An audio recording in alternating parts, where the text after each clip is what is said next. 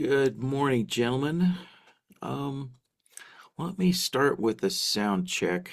So, I just made some changes to my computer yesterday, which may have affected my microphone.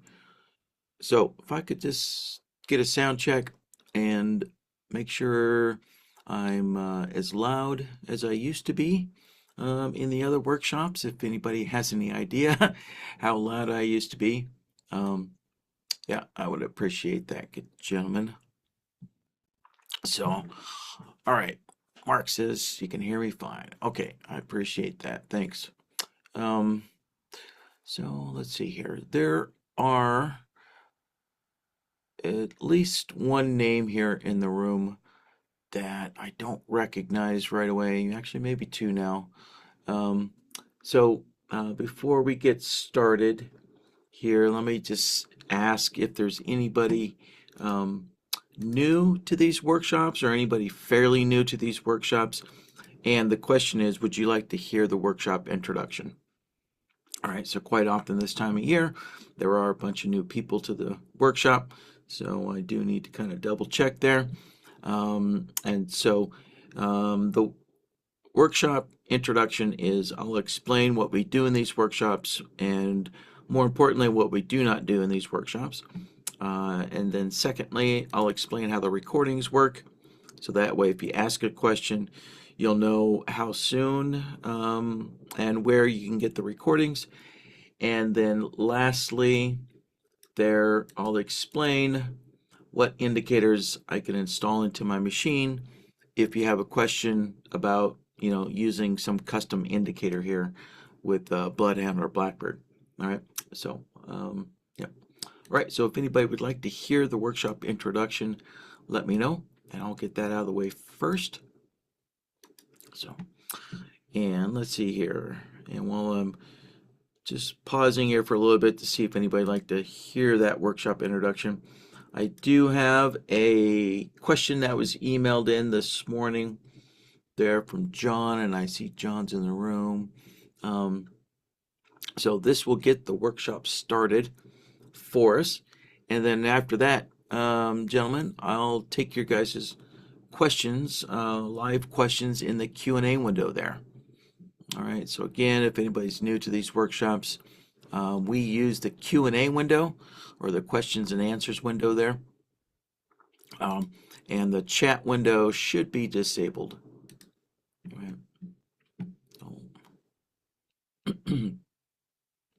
Let's see. All right, well, it doesn't look like there's any takers on the workshop introduction here. So let's jump into the first question about producing a long signal here when there's a double bottom or a higher low. And the key here is when it completes, right?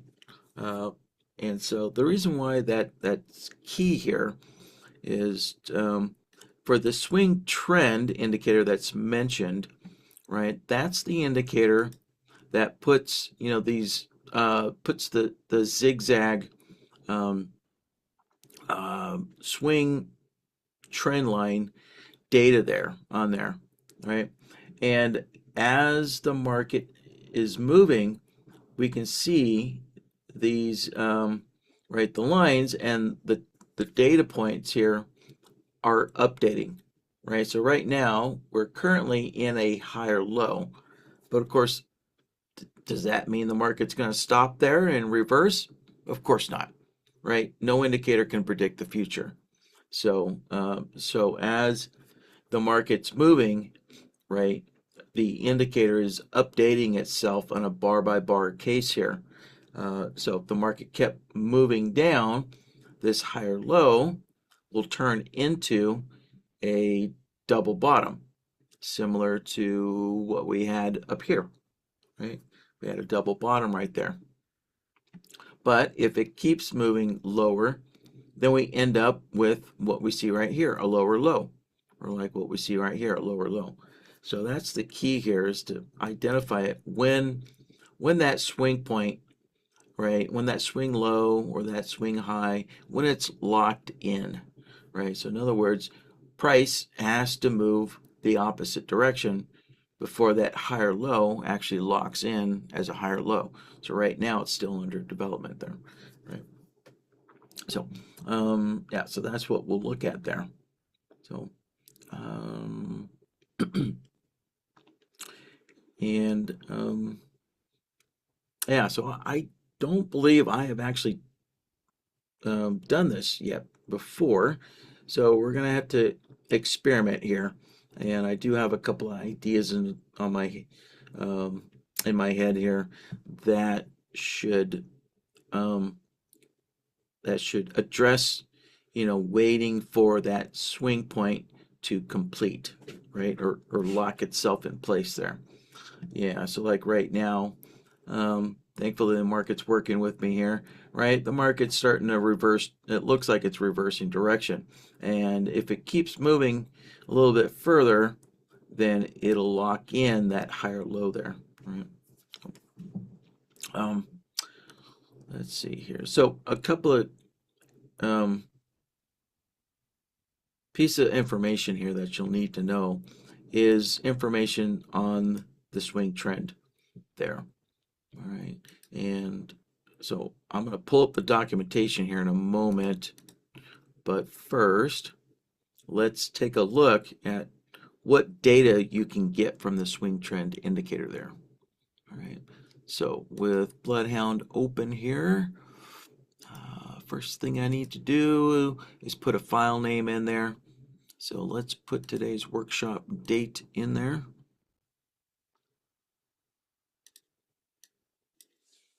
And there we go, the 11th. All right. Okay, now that we have a file name in place, all of our work gets saved to the file there. All right, so I'm gonna pull up the threshold solver to inspect the swing trend indicator there, and I'll go ahead and connect that up. And so for the threshold solver, we're gonna change the indicator, obviously.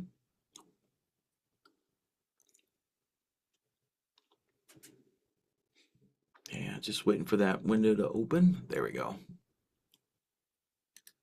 All right, so we're going to go into the Shark Indicators folder, right? And there's the swing trend indicator. All right, so double click on it and it puts it down here.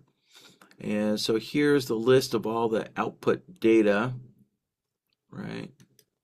Now, so we can see there is a double bottom output, a plot, and a higher low plot, right? But those, as explained in the beginning, right, as price is moving, right? So yeah, so as price was coming down, it was a higher low.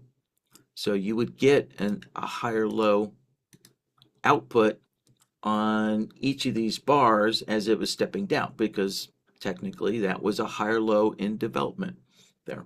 So these are all swing point data that's developing there. So none of it's completed or locked in, as I like to say.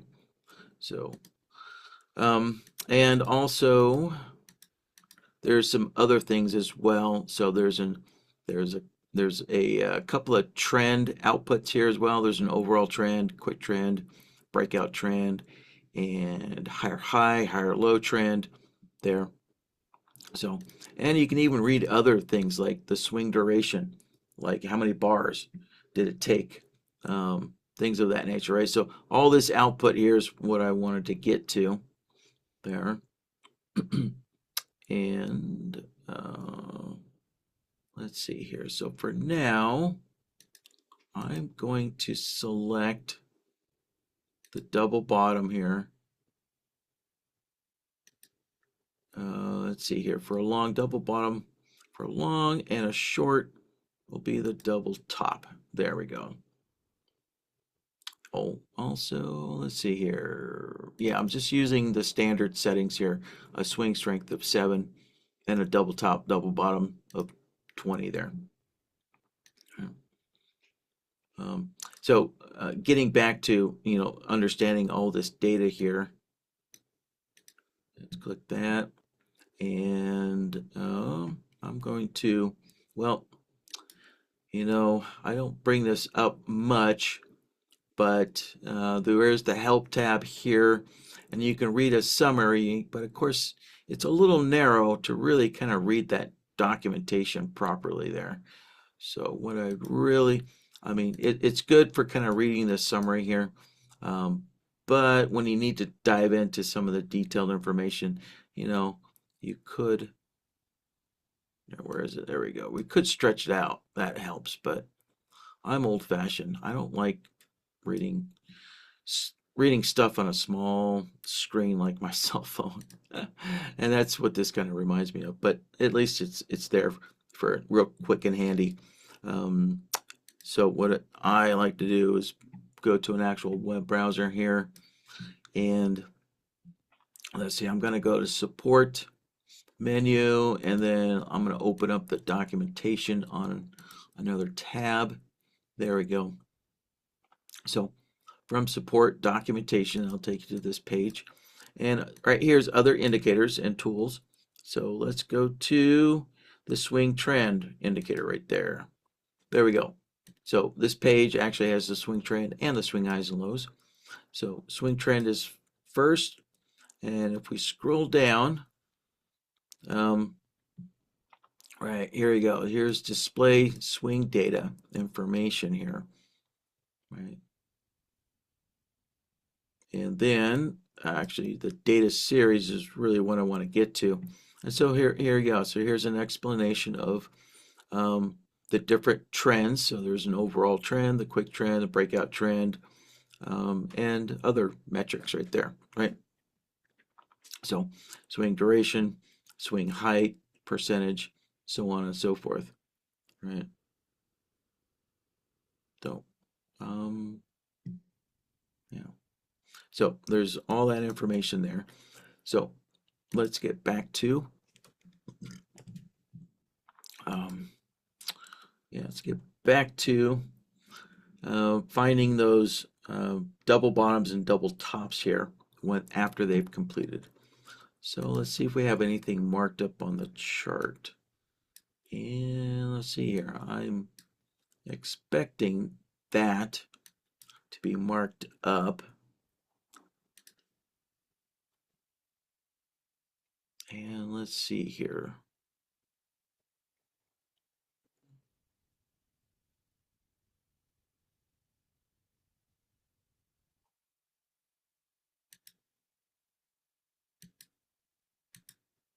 There we go. All right. So let's go back here. So when there is a double bottom, double top, lower low, lower high, what's being output in these plots is the price value, right? So clearly, price is always, well, almost always positive, except for some commodities, it can go negative. So, but so let's just say it's always positive, just to keep things simple there, right? So what we're receiving here is the price value, the closing price value of that bar, I believe. So, so when there was no short output there, it was because in the rules window, right, the default is typically you're looking for, it's set up in a way that's looking for a negative value, right, something less than zero here. But of course, a price value is going to be greater than zero. So just put it like that, and then I hit apply, and then we got an output there. And let's see if there's any double bottoms. Yeah. So, okay, this is a good example here where, yeah, so as price was marching down, yeah, it hit that previous swing low. And so it was a double bottom while developing, but then of course price moves on. So the key is, how do we remove this after it completes? right? So obviously it kept going. So it never or locked in as a double bottom there. So this will be a good spot here to experiment with. So let's see here. All right. Let's give this a name here before we get going too far.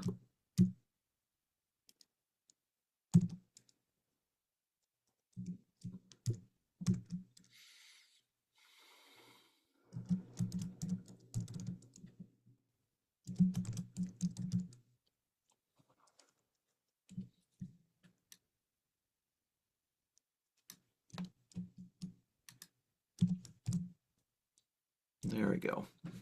All right, so this solver here is looking at the swing trend indicator, and it's reading double bottoms for longs and double tops for shorts. There.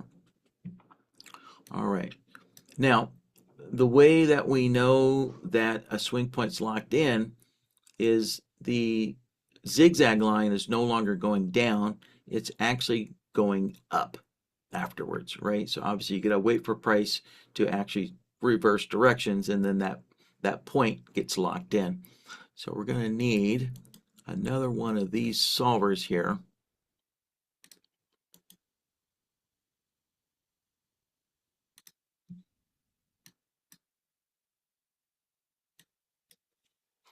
And this time we need to look at the direction of that swing line or that zigzag line. Right? So let's go into the indicator, and we need to select the direction output there. And let's see, where is it? So here it is at the bottom. So there's the swing direction output. Select that there. And we need to go into the threshold rules here. And we're going to put this back to its default, less than 0. And if we hit apply, there we go. So right here on this bar, price had moved far enough down that this down swing line was officially locked in, right? And then that swing low developed. And before that swing low was locked in, price had to reverse direction again, start moving up. And on that bar is what actually locked in that swing low. And then this green line started drawing or developing there. So, all right. So let's see here. Let's get some.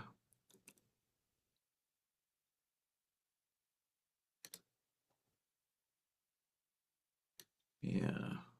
Oh, all right. That's not what I wanted. I wanted the other square. There we go.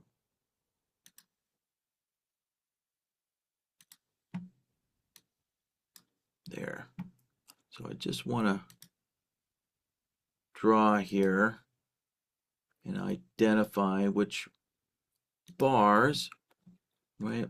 We have this swing low and swing high here.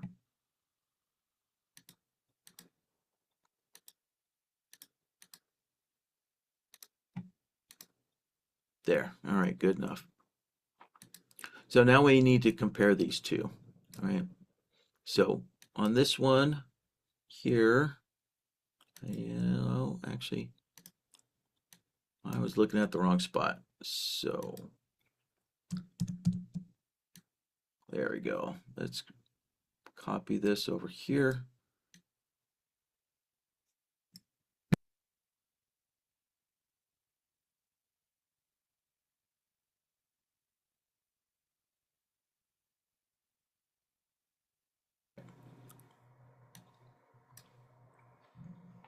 So, yeah, so we had a double bottom developing here. And of course, a double bottom can only develop while a down swing line is developing. So it's going to be inside, right? A double bottom is only going to occur when we have this short directional output here. And I need one more here. There. All right, that should work.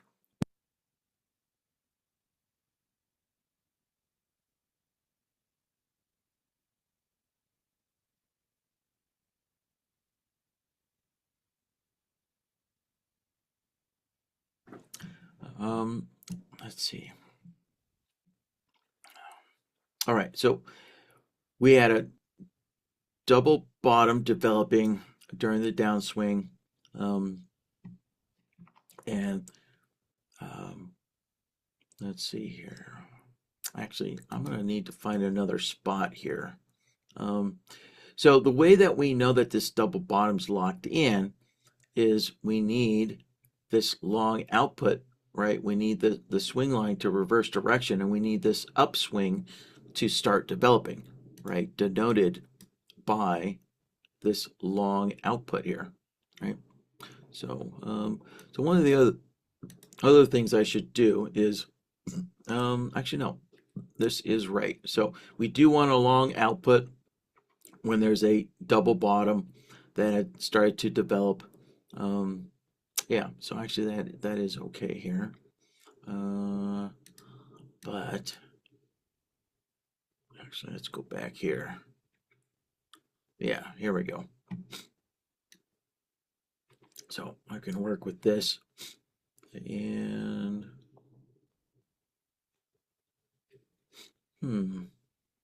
actually, this did not lock in as a double bottom, actually a lower low. So, so that's not actually going to work.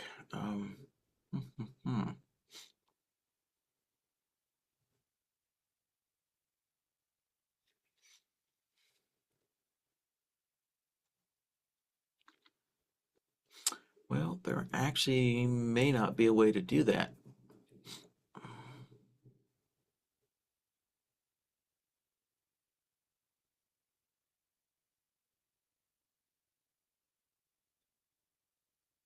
Oh, okay. No, we're going to get a little more sophisticated here. So a double bottom here, yeah, did occur. So we're going to start tracking this. But then if we get a lower low, we're going to disable or turn off the double bottom here. So the way we're going to do this is I'm going to grab a signal extender, which actually was a part of, yeah, kind of what I was thinking to begin with here. Yeah, so we're going to need a signal extender here because when we do get a double bottom, right, it's not locked in until price starts reversing, right, and moving the other direction. So again, there, let's put our trend direction in here, and I'm going to need to start drawing some more here. All right, so I'll just go like that. I think that's good enough. Well, all right.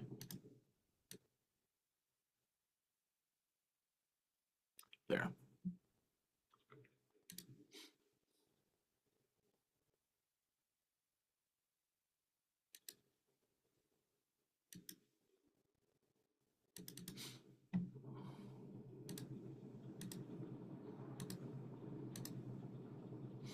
All right, that'll work. So again, so this double bottom would not be locked in until the swing line or the zigzag line, right, starts moving upwards. Right. So we need a signal extender to take that double bottom and extend it forward long enough, but not too far for this swing line to possibly move upwards, right? And let's see here. And the way, yeah, so now we need to understand a little bit about how the swing trend indicator operates. Right, and there is some information on this page, but Shark Indicators did not develop this indicator. Actually, let's see here.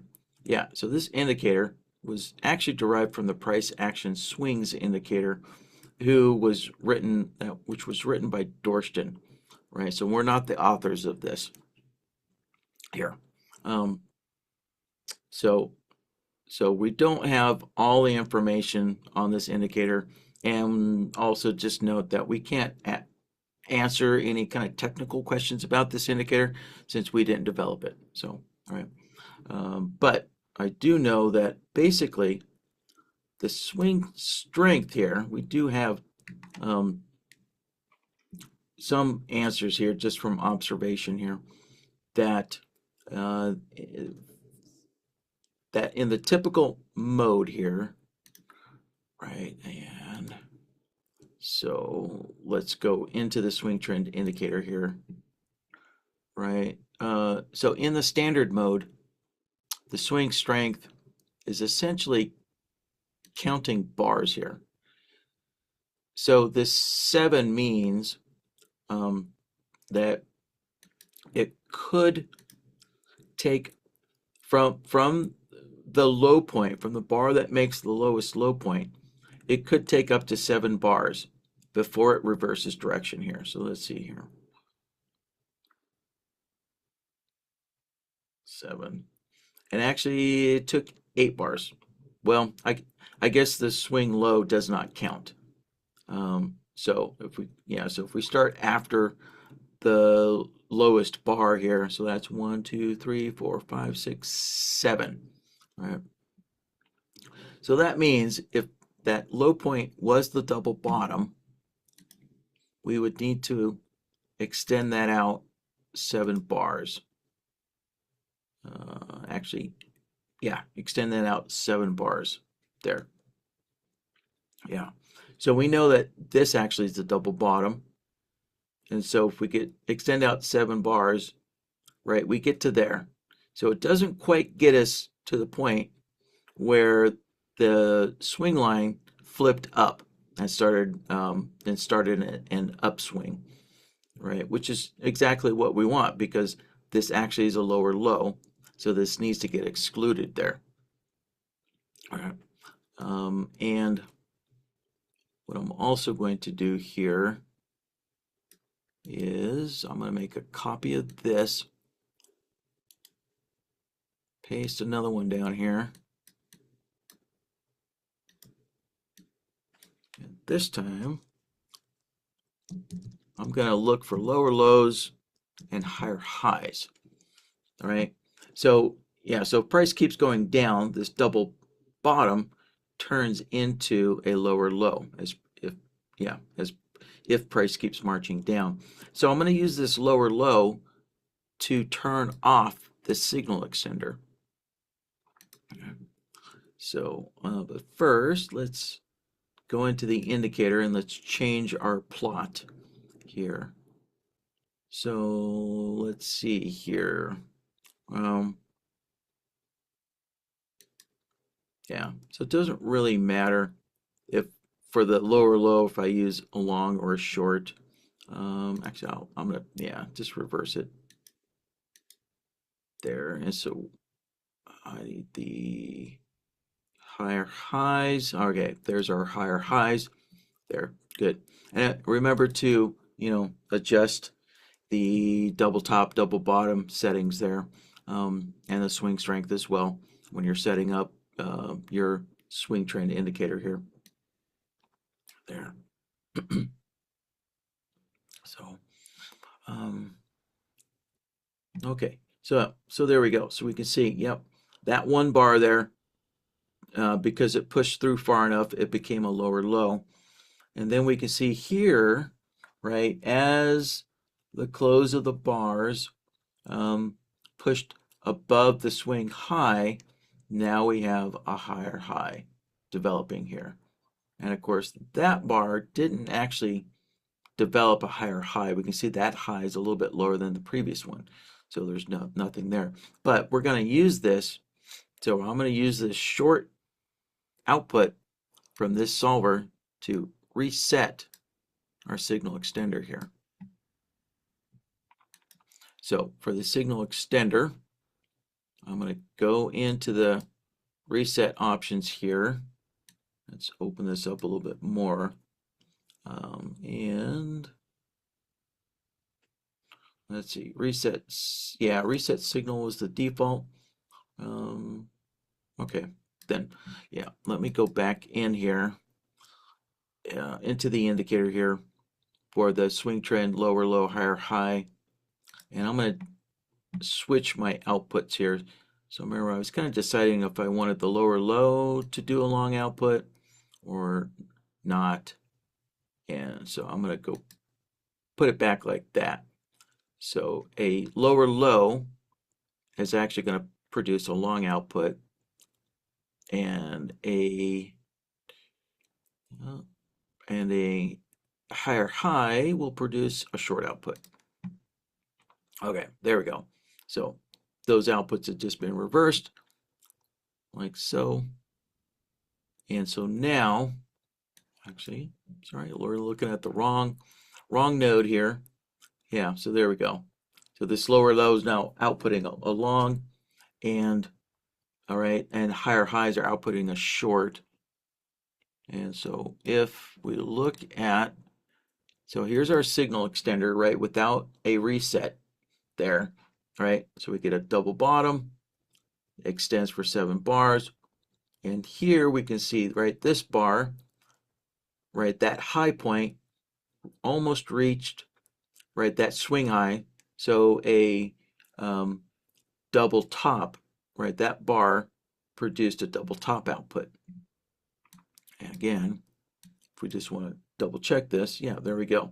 So that bar, that low was close enough to the swing low for a double bottom, and that high price was close enough to that swing high for a double top, right? And so the signal extender is just taking those and then extending them forward to see if price changes directions soon enough. But with this lower low and higher high detection going into the reset, so now we can see the signal extender got turned off by that lower low. So now there's no way for a double bottom to actually be detected here, right? Which is exactly what we want here, because it actually wasn't a double bottom, it was a lower low. So, yeah. And let's see. Yeah, let's see what else we have here. All right, yeah, same thing here, right? So price was coming down, and these two bars here, right, were basically resting on that swing low, so that was a double bottom. But price kept going lower, making a lower low, and then the signal extender there was turned off. So that way a double bottom can't accidentally be can't be generated there. So, all right, and I'm going to name this signal extender here. There. All right.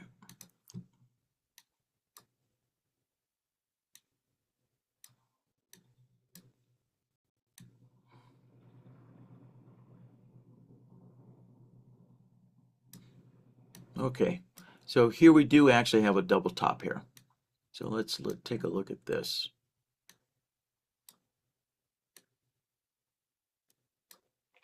So, all right, so we did have a double top where it actually reversed, right? So,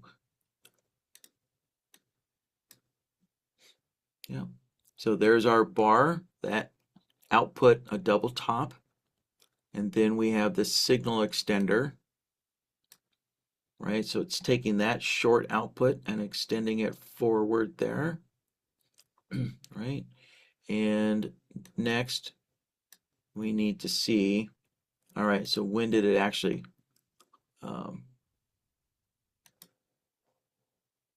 there, yeah, so here's where the swing trend line reversed and started going down. So we'll just mark that there. All right, yeah, there we go. Now, of course, this is a double bottom, so yeah, it's good that this actually occurred here. So, right, you could get a double top that doesn't lock in until a double bottom's occurring. So, this actually, luckily, we came across this. We kind of figured this out and figure out a way to cancel that double top if that's what's wanted there. So, all right. But let's just kind of focus on identifying this double top here for now. So what we're looking for, right, is when this double top, double bottom, right, when the extension of that signal overlaps with our signal direction here. So next step is we need an output or an AND node here, sorry, and connect that in, and there we have it, right? So this bar, right, is what started developing the down swing line, right, or this down zigzag line, right, was on that bar. And we had a double top. And so once this bar closed, that double top was locked in. So that's the lock-in point right there. Right. Now, if we want a nice clean signal, just kind of organize this a little bit. There we go.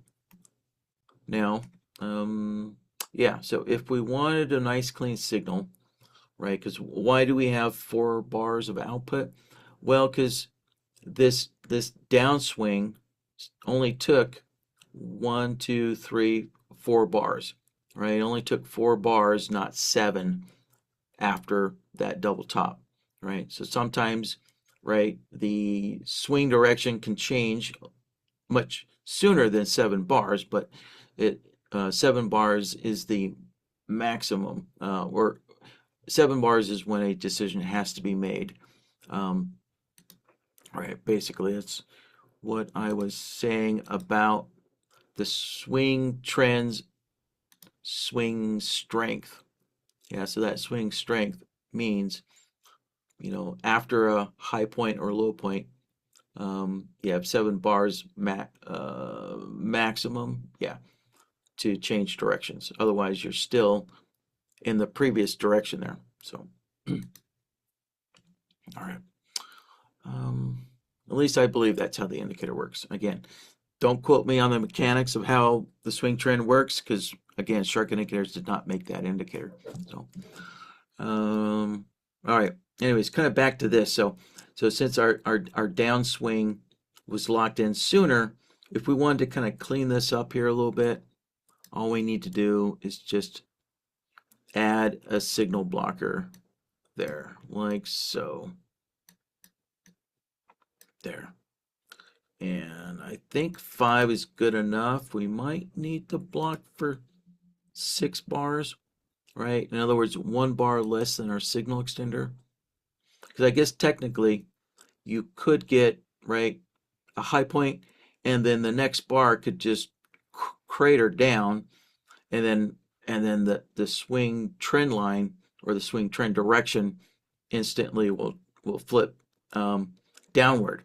Yeah, if the next bar drops down and makes a lower low instantly in 1 bar. So that means the signal blocker, yeah, you'd want that to block for 6 bars, or 1 bar less than your signal extender. So,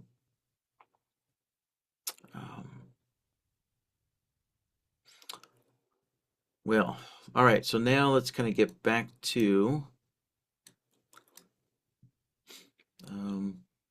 this situation here. Yeah, where a double top occurred as this double, I'm sorry, double bottom occurred as this double top was detected here. So, think I think all we need to do is figure out how to, again, to disable the signal extender.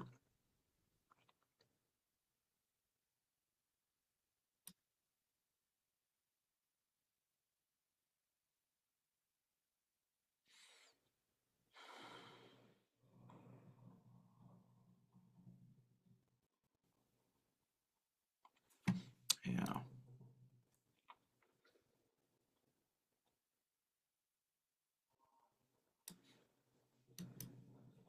Let's see here.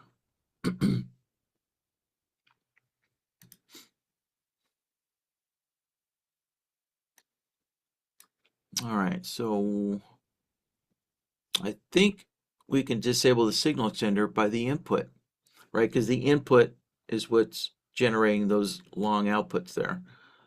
So let's see if this works, if that does the job. And it does. There. So our signal extender, right, it turned off on the bar that the downswing was identified. So if we look at this now, there we go. So now there's no double top detection when there's actually a double bottom right here. So, yeah. So that's all it took was for our signal extender here, right? In the resets here, I just used the input opposite signal, right? So what is the input opposite signal? Well, this guy here is connected to the input. Right, let's zoom in a little bit there. Right, so that's the input. So, right, and so there's the opposite signal, right? Because what is the signal extender extending? Well, it's taking this short signal and it's extending it forward, right? So that we can hopefully get a short signal from this double top. So, yeah. So if the input, produces an opposite signal, then that resets the signal extender or turns the signal extender off. Okay. So, yeah. So if a double top or double bottom, right, occurs when the other opposite double is is locked in, and you don't want that to produce an output, then all that's needed is to just enable this signal input opposite signal, right? Otherwise, if I disable that, then bingo, there is our double top short signal there. So yeah, so there you go. So it's up to the trader, right, to exactly define what, if they want a double bottom to um, negate a double top and vice versa. So, um, all right. So actually, that was far less work than I thought. um, so with this here, I'm going to go and I'm going to enable that input opposite signal there. And so now let's just kind of look through the chart here, kind of scan through the chart and see what we have.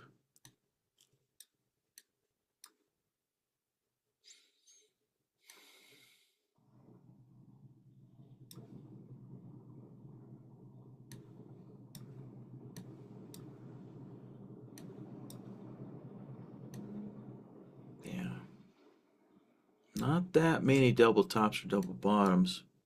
All right, there's one, so there's another double top there. Yeah.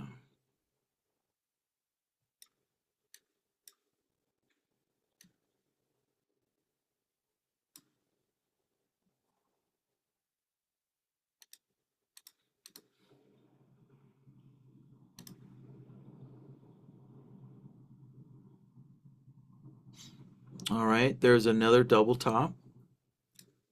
There we go.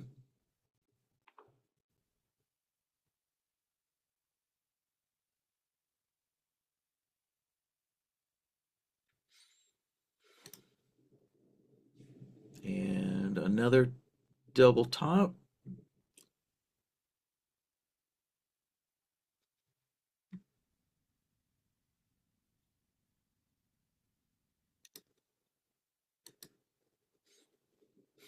All right, another double top.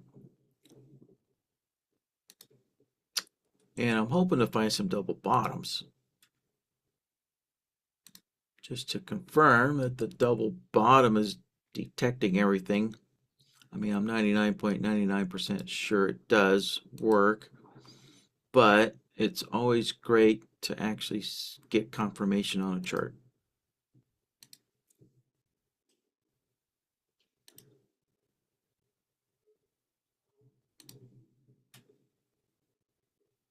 Ah, finally. There we go. There's our double bottom.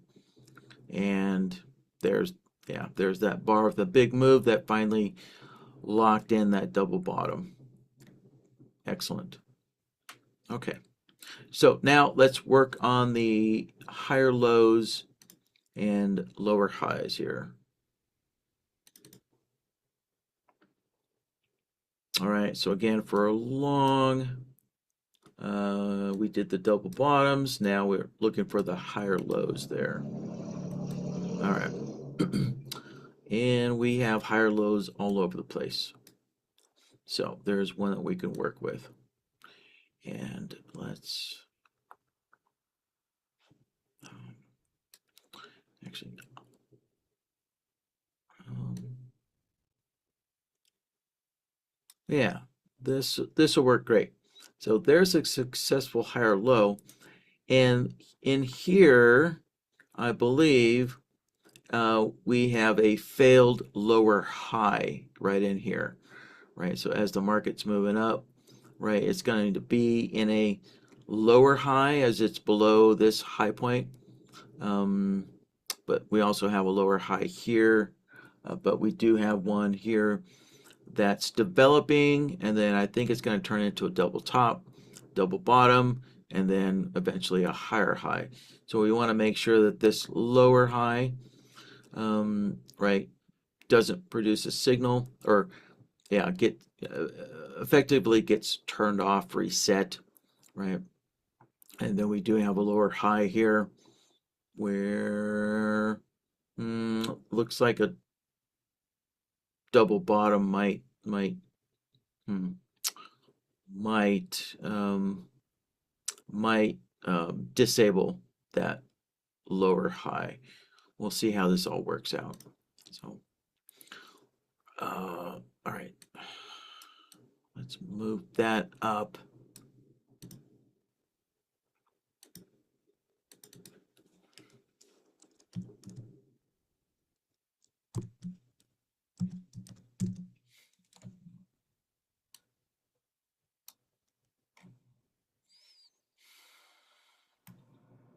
All right, so this here, right, is our double top, double bottom, and we're gonna effectively, I'm just gonna rebuild the same thing, but you know, this guy here, this threshold solver is the key. So it's looking for double bottoms, double tops, but we're gonna reorient it to look for, all right, higher lows and lower highs. So let's copy this and paste it.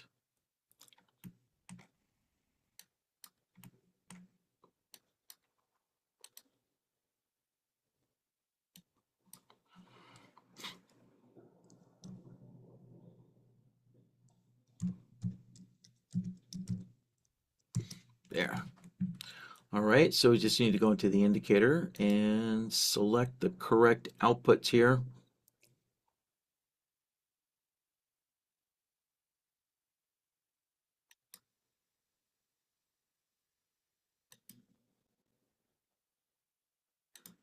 There we go. Oh, reverse that. There we go. Yeah. So as we look at this, yeah, there we go, right? So this will make sense if you think about it. So we have a higher high, and so as the market is pulling back, right, all of these are potential or developing higher lows, right? And then eventually it locks in and market reverses, right? And vice versa. So we have a low point, and so these are all potentially um, lower highs that are developing, right? So again, we're going to copy this signal extender, paste it down here, connect that in like so. So, and so we need, so when, yeah, so when this higher low, as this higher low is developing, right, it's not locked in until, again, the market changes direction, right? So in other words, the swing line has to reverse direction. So we're going to need this, right, this swing direction again here. So let's grab another AND node. And let's name this here. Like so. All right, connect that in, connect that in. And all right, well, no output there. So let's debug this.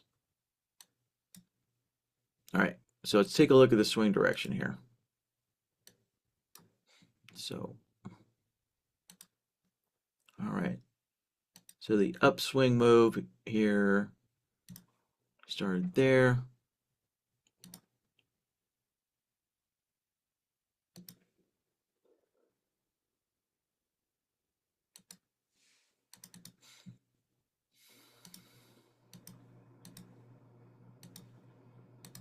There.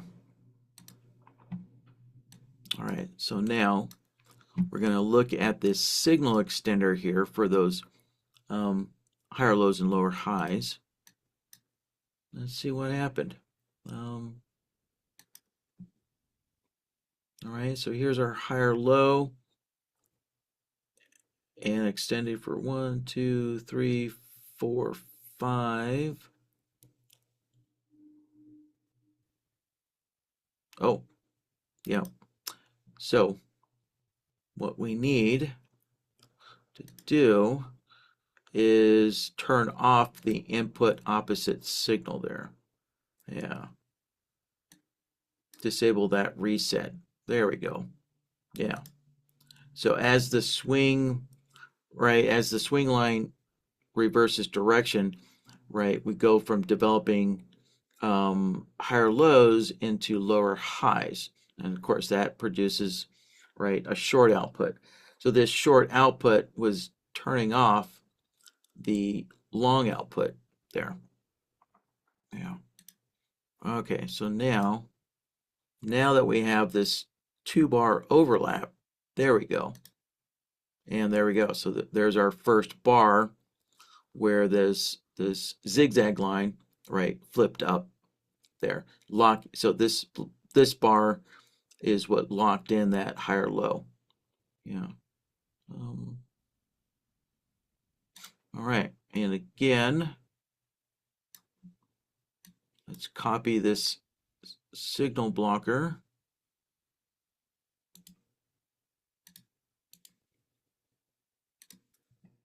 And pop that in there. There. And then next, join both of these systems together, right? Because they're both separate detections there, right? One's detecting double tops, double bottoms. The other one's, right, higher lows, lower highs. So they're two separate systems, and we want them to act as one there, possibly. So we'll join them together with an OR node. And so with that, there, take a look at the complete system.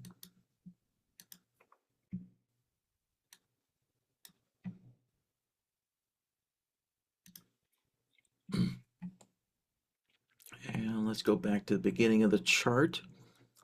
Yeah. All right, so this is where we were just working at. And let's see, that's a higher high. All right, so nothing's going to happen there. But yeah, here we go. Higher low, boom, long, lower high, locked in, short, lower high. There's our short. And higher low, there's our long. All right. And double top. And all it took was the next bar. So yeah, sometimes that happens. The next bar actually locked in that double top there. Yeah, this next bar actually dropped far enough down below, right, the previous bars here. So, and yep, higher low, or sorry, lower high. There's our higher low. Yep, there you go.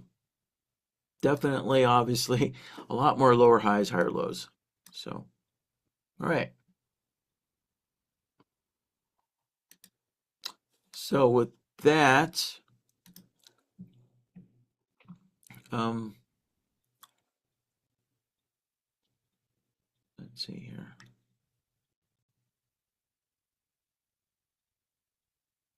Yeah, I'm just kind of thinking to myself, is there anything, yeah, is there anything that could possibly generate a false positive higher low or lower high signal? Um,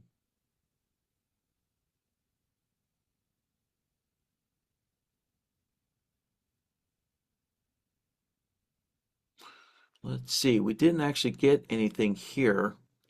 So we have a lower high, but we didn't get a short here. So let's see what happened. Um,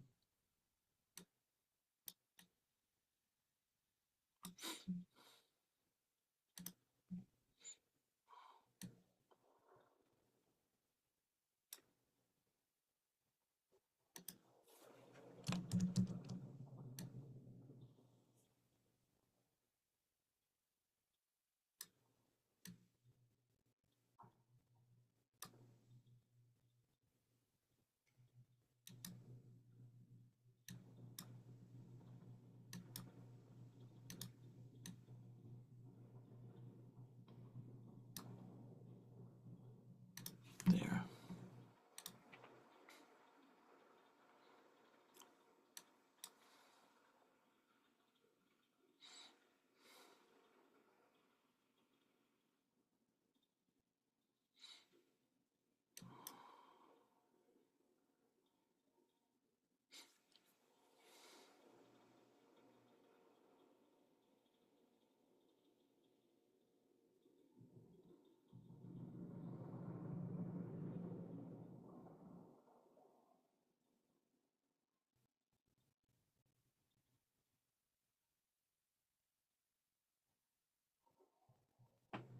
All right, well, so there we go. We just needed an extra bar.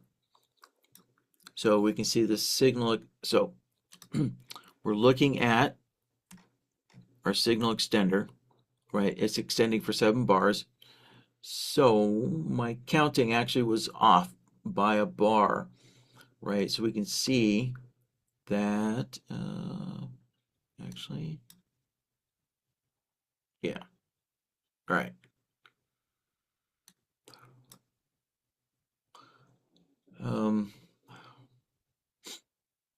So this downswing didn't start developing until this bar, and it was one bar after our signal extender stopped, right? So our signal extender stopped there. That's what we're looking at. Yeah, so if I just increase this to 1, up it to 8, then there we go. There's our short. All right. So let's update the name here, like so. And now let's take a look at the signal blocker. Yep, good enough. There. All right. Good. So we fixed one that was missing. And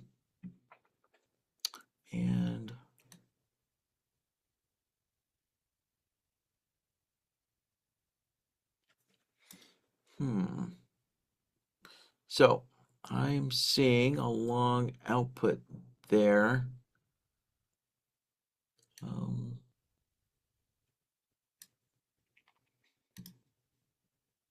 Let's see. Here's our higher low. Actually, that's a higher high. Okay. Yeah, so again, there we go. This is what I was missing here. So this is definitely a higher high bar. So if you want to, exclude those higher highs, maybe not, right? Then we just need to go and do, let's see here, let's stretch this out a little bit. All right, so we have a higher low, and then we got a signal on a higher high.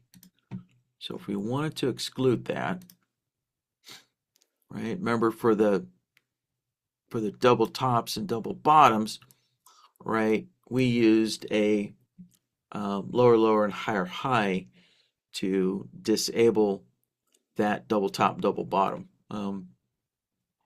there. So if we want to do that,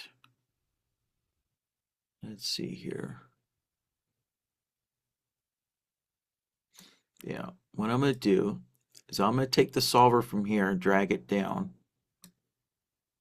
All right.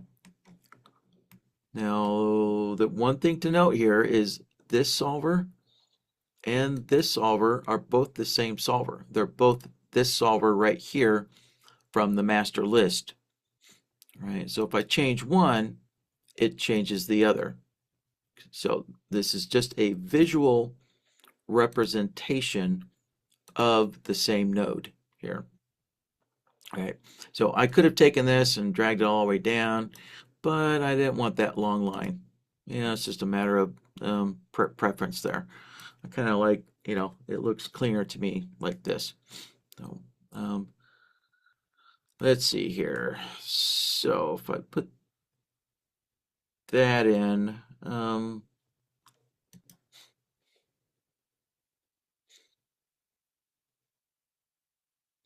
let's see. So the signal extender, I want to check my resets. Yeah, reset signal is on, but it's not killing it. Yeah. Oh, okay. So, yeah. So we're getting a short on this higher high. Yeah. So for the signal extender, the reset is not reset signal, but the reset is reset opposite signal. There we go. There.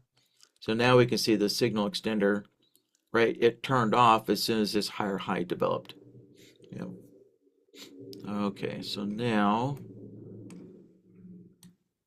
let's take a look. There we go.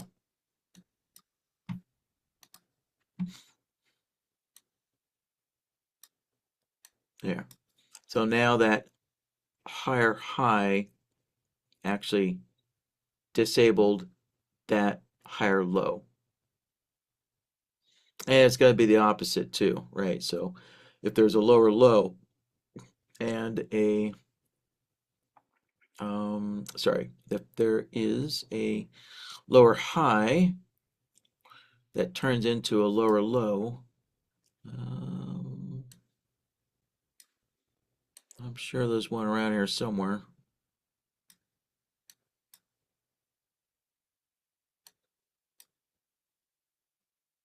Yeah, here we go. Here's a higher low, but actually locked in right there before the lower low occurred. So, yeah, I may not find an example where a lower low occurred when the higher, oh, no, here we go. Yeah, so look, let's disable, let's disconnect that. Yeah, so here we go. A higher low developed, and then when it was locked in on this bar, yeah, so we can see this short signal is actually technically a lower low now because it's lower than that low point. So, yeah, so if I connect this back up there, now it's disabled. So there we go. All right. Now, yeah, so we can either allow, those lower high and higher lows to occur, even though there is a lower low or higher high, just simply by disconnecting that or reconnecting it. So the signal extender, the resets here are, are set up here, but to actually kill those signals, we just need to connect, right? Connect up our lower low, lower high to the reset there. All right. So,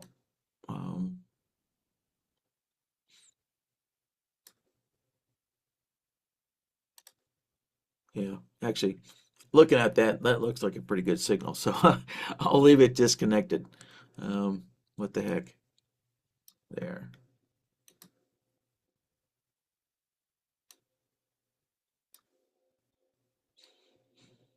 Well, let's see here. So we have a lower high, but no signal. So let's see what happened here.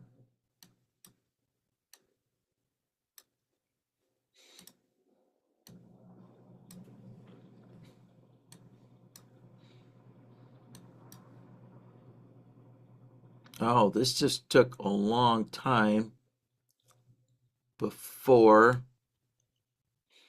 it finally changed directions.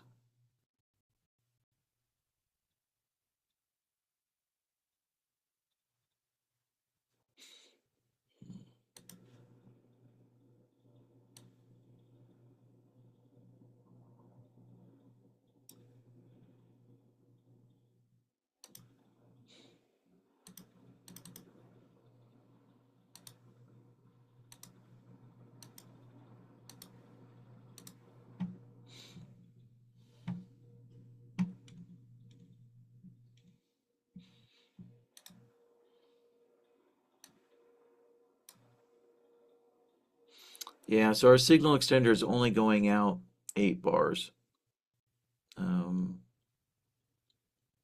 Not long enough there. All right, so it looks like I just need to extend this signal extender for 3 more bars. There we go.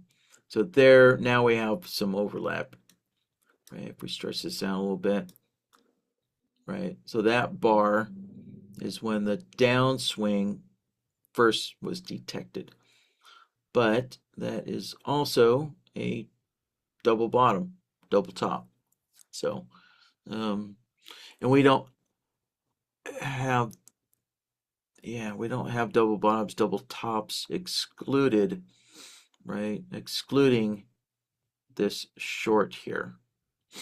So, yeah, we might.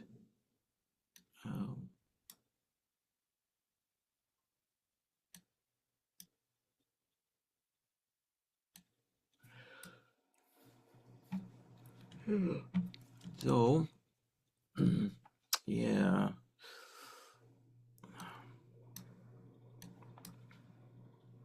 All right, so looking at the AND node, right, we do now have this lower high signal, but it is a double bottom here. So looks like we also, right, some people might want to include this down here, right? So we might want lower lows or double bottoms, double tops to exclude that. And so I can pop those into an OR node like so. And so now let's take a look at our signal extender. Right, so our signal extender again is showing us that, hey, we have a lower high developing. Yep, so this low point, once price got high enough here, it turned into an upswing.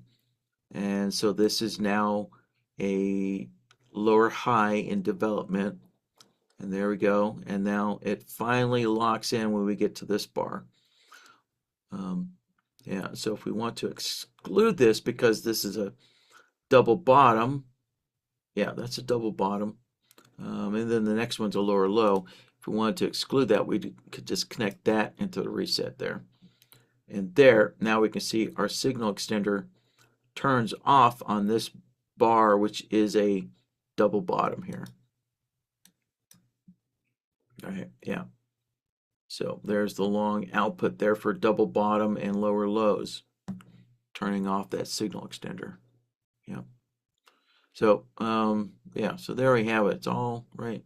Matter of preference on all this stuff and how you want to, yeah, how you want to look exactly there. All right. So I will just leave it like that for now. There.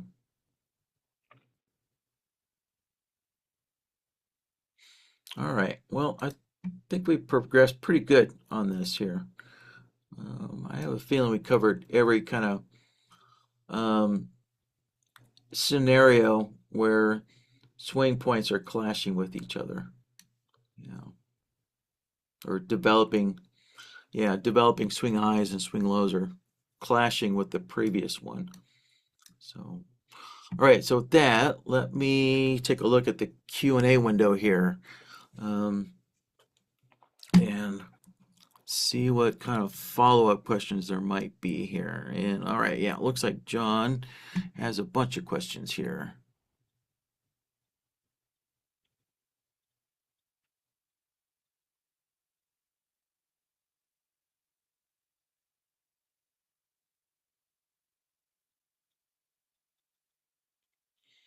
Let's see here. Oh, John says he defines complete as no longer subject to repaint.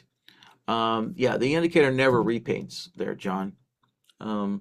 So whatever you, yeah, whatever you um, created there is probably exactly what you want. So yeah, this swing indicator does not repaint. So yeah, so going back to the documentation here. Yeah, so the original price action swing indicator, it does not repaint. Yeah. So from that standpoint, all you really need is, let's see here.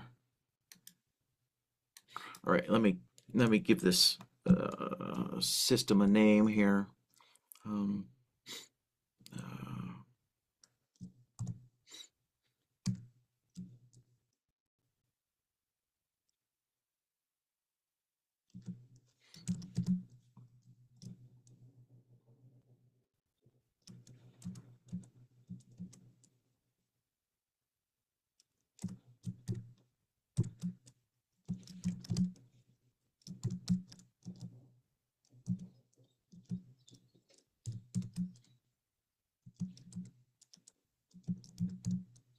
There we go.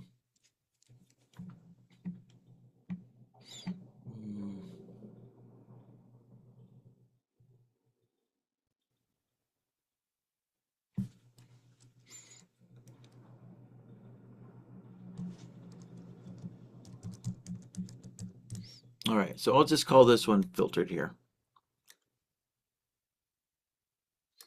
All right. So, and I'm going to create a new logic template here.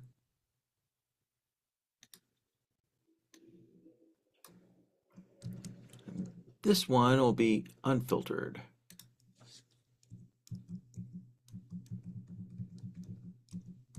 There, I'll shorten up the name. Yeah, so it looks like all you're really looking for is just this. Oh, no, wrong one.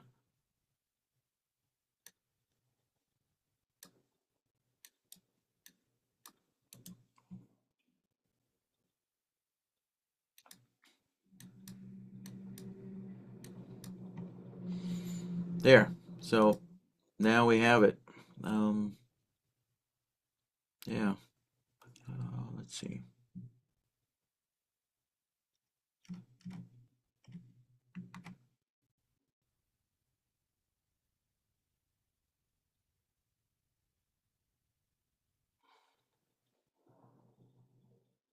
Yeah, all right.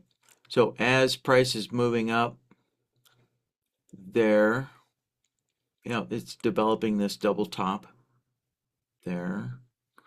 And then as price is coming down, right, this is now developing a lower, or a, sorry, lower high.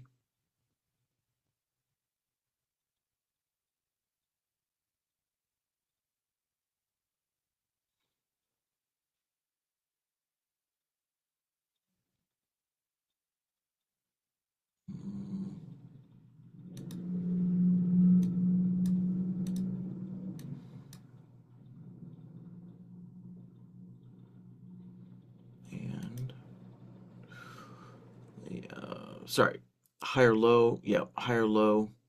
Um, yeah, developing a higher low, higher low.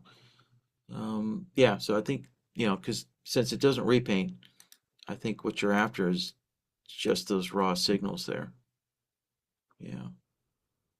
And then, of course, you could put a signal blocker after that. Um, but I don't know, to me, it kind of makes more sense looking at this.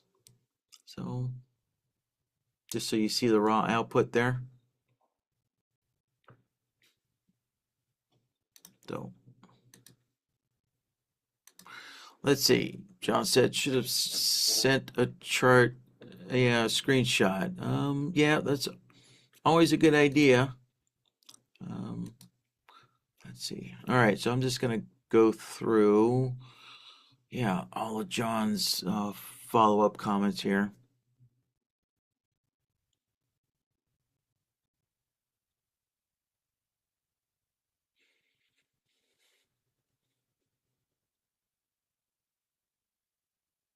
So Doug is asking, so yeah, this is going way back here. All right. So way back when we were creating the double top, double bottom here, Doug's asking. So on the second solver here, so that would be the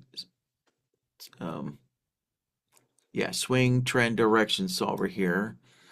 Would it not have been better to shorten the 7 setting to something smaller here? That's personal preference there. I set it to 7.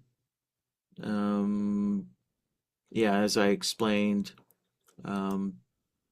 because sometimes it can take the swing trend.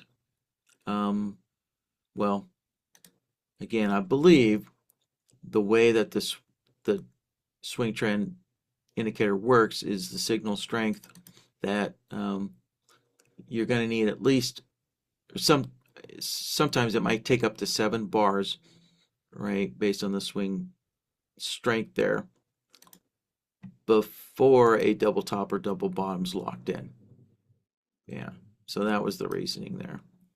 So yeah, otherwise, yeah, where was it?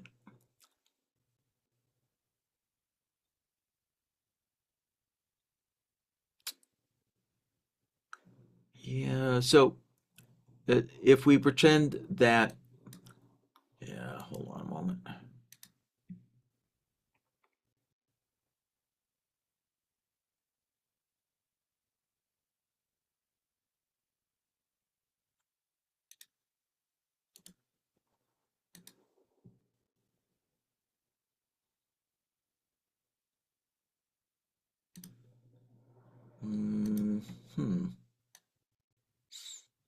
Well, looks like Ninja's moved things around a little bit here. Shoot. Oh, there we go. Oh, yeah, I had it unfixed. All right, let me increase this here a little bit. All right, there we go. So if this was a double top here, right? Yeah, sometimes price will just kind of dance around before it finally makes that move, right? So it could take up to 7 bars before you actually get a bar that makes the move and locks in that swing point, right? You know. All right. So that was Doug's follow up there. All right. Let's see what else. What other questions we have here?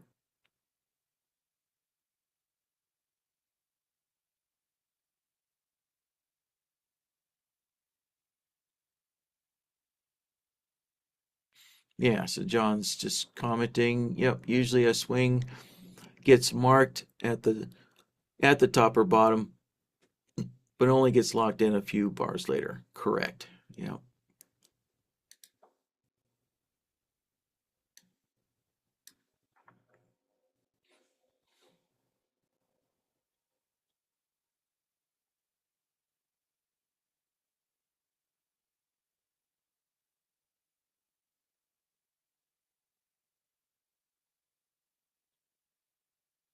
Hmm. All right, John. I'm not sure what a level 3 swing is, but a level 3 swing takes a number of bars to complete. Yeah, not a new zigzag. No, actually, it requires a new zigzag.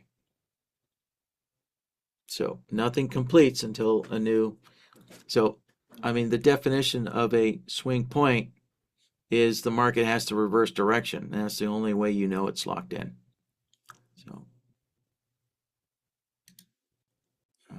So I would disagree with that, John. However, if, yeah, maybe your definition of a complete is just a fixed number of bars afterwards. Yeah, so if your definition of complete here, let's pull this up, is just, okay, X number of bars after we get a double bottom or higher low, then again, this system here works for you. You can just take the signal extender and decide, okay, how many bars do I need before I consider it's locked in or not. And you can just adjust your signal extender to those number of bars. Yeah. Yeah.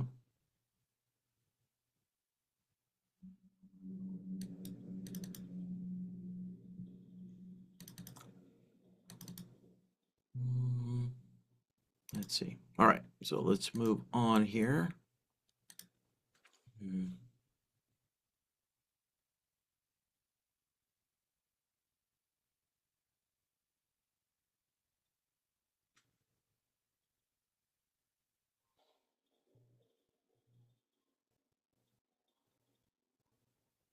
Yeah, your definition or how you define it. Yeah, that is the whole reason, gentlemen. So yeah, I'm going to take this opportunity to say, sending in screenshots to help explain what how you're defining, what you want your system to be.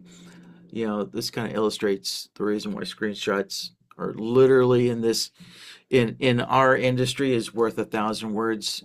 Because terminology for trading is there isn't. It's horrible.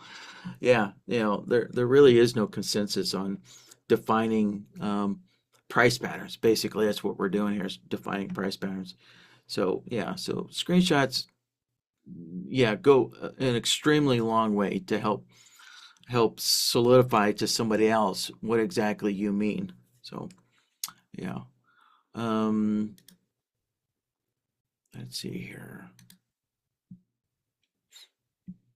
Let's see here. So John says the final results ended up close. All right, yeah. So after all the kind of semantics of definitions here, we're close.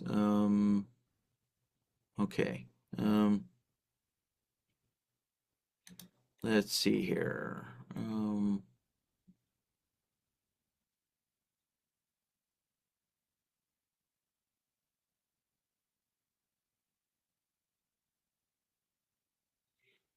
Hmm. All right. So at 22:30, a low. All right. Let's see. 22:30. Hopefully it was this day here. Yeah. Okay. So we have a low. And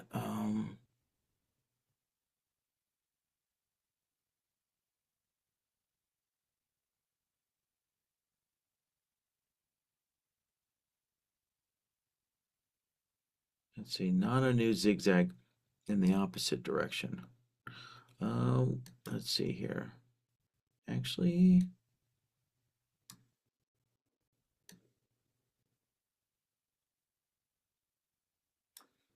yeah. So that new double bottom actually is when the zigzag changed directions there. And let's see, is that the right one? I think that was the spot where I increased the signal extender to 11 bars to make that one work.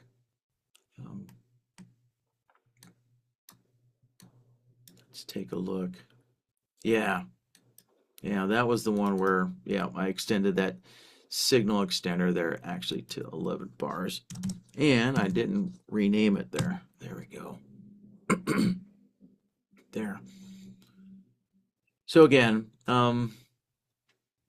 if you only want to give a swing point a a limited number of bars to, before you're calling it good, locked in or good enough to trade off of. Again, it's just a matter of adjusting the swing extenders there. Um, and actually, yeah, and you would have to take out the swing trend direction. Yeah. So this solver here is ensuring that the swing line or the zigzag line is actually um, reverse direction and locked in as reverse direction. So yeah, so going back to this, if you just want X number of bars here, and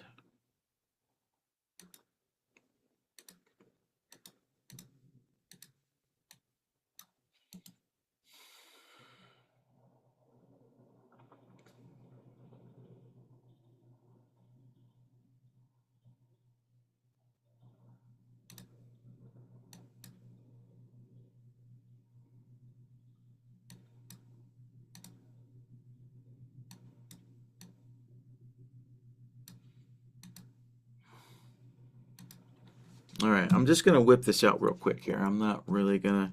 I'll explain what I built here in a moment, but for now, let's just whip this out. All right.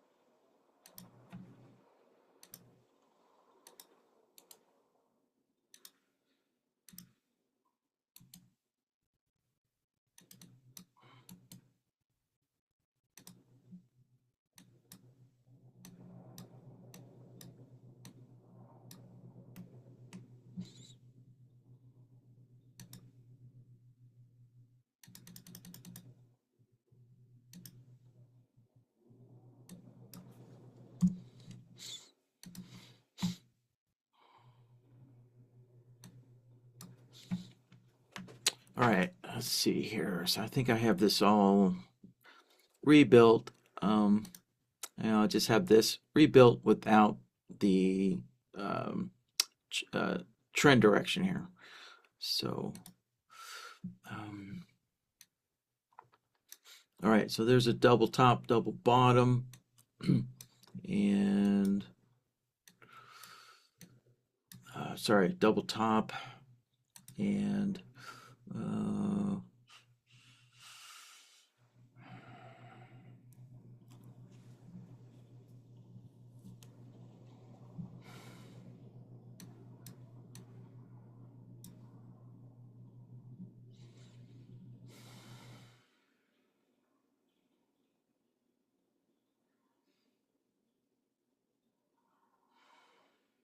all right, yeah, so the key is to get a short signal there, not at the very beginning, but after X number of bars, assuming, yeah, everything's still good. Hmm, hmm,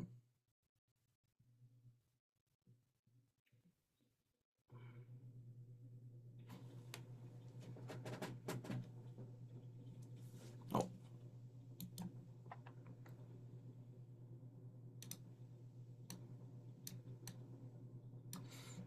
there. All right, so I'm going to use the signal counter.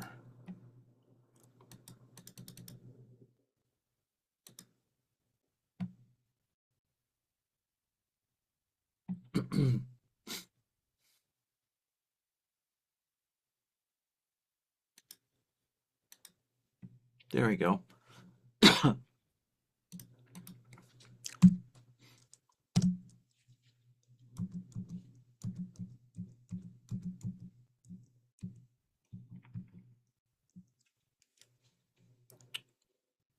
All right, so as long as the signal counter, or sorry, as long as the signal extender has extended for 5 bars there, then the signal counter will pick that up and we'll get a signal there.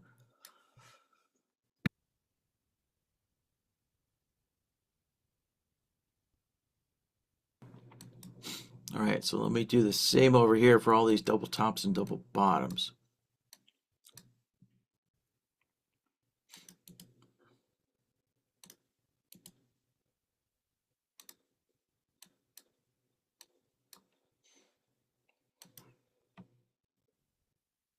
And yeah, let's see, we're not using any resets here.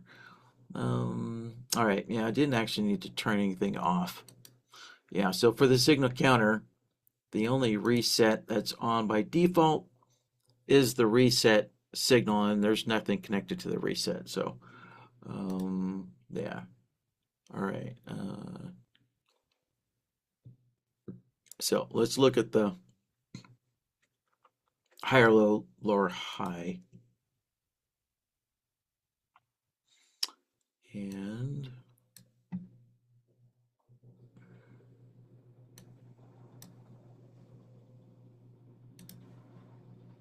there. All right, so we have higher, low. Yeah, there's our output for that. Then we get a short because, yeah, double, wait, we get the short. Oh, yeah, because we also had a lower high. So that's, uh, no, lower high. Yeah, why do we have that short? Let's see.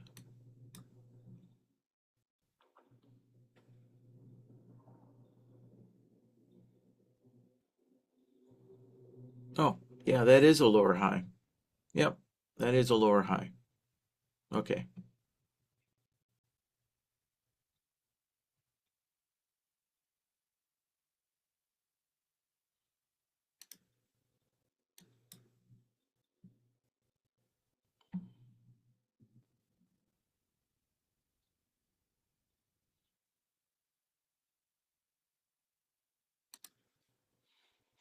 So, yeah, let me check the signal extender.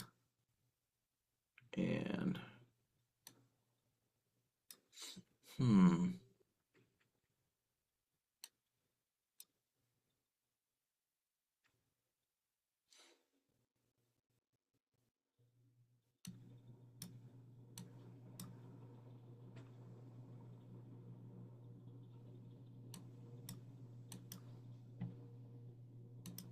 So I think it's a matter of getting the resets right.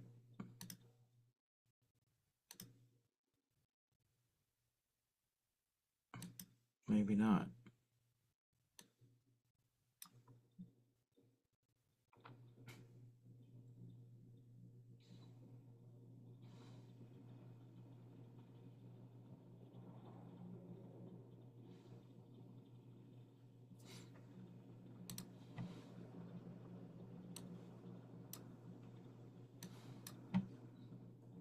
All right. Well, to understand what we're looking at here, we do need the direction solver here, so we know exactly when this swing low or that this downswing and this upswing are actually in effect or in development.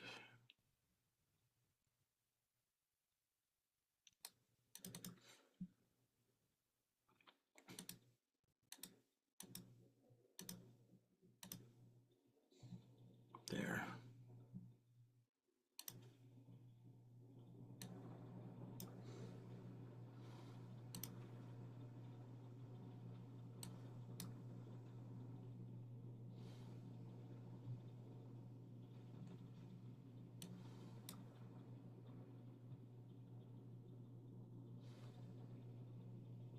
Yeah, okay. There we go. So that is working. All right, so we have a higher low right there, and there's our output 5 bars later. But then we also have a lower high. So this bar is a lower high, and then 5 bars later, this is still a lower high, and there's a short. Yeah.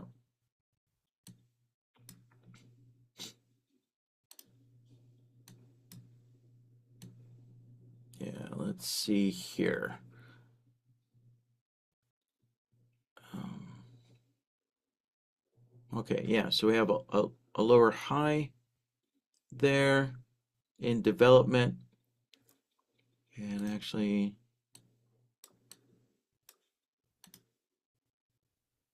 yeah,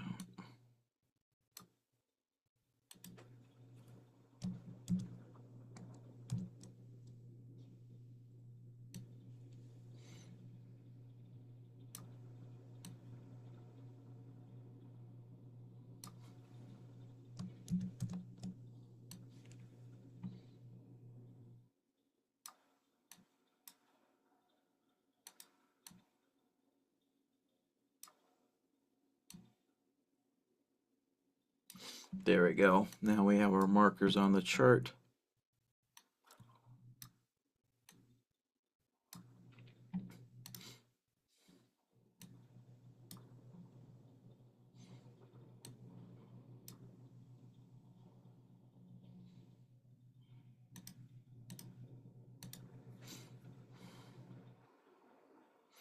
So let's see. Yeah, so our lower high started developing here. Yep.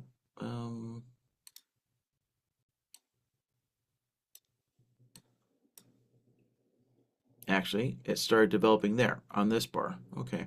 Yep, yep, yep.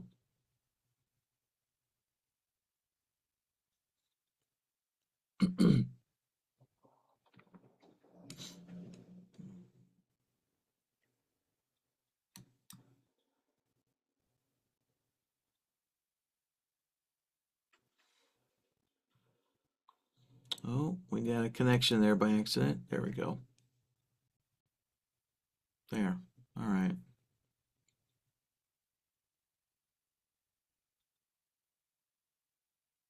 There.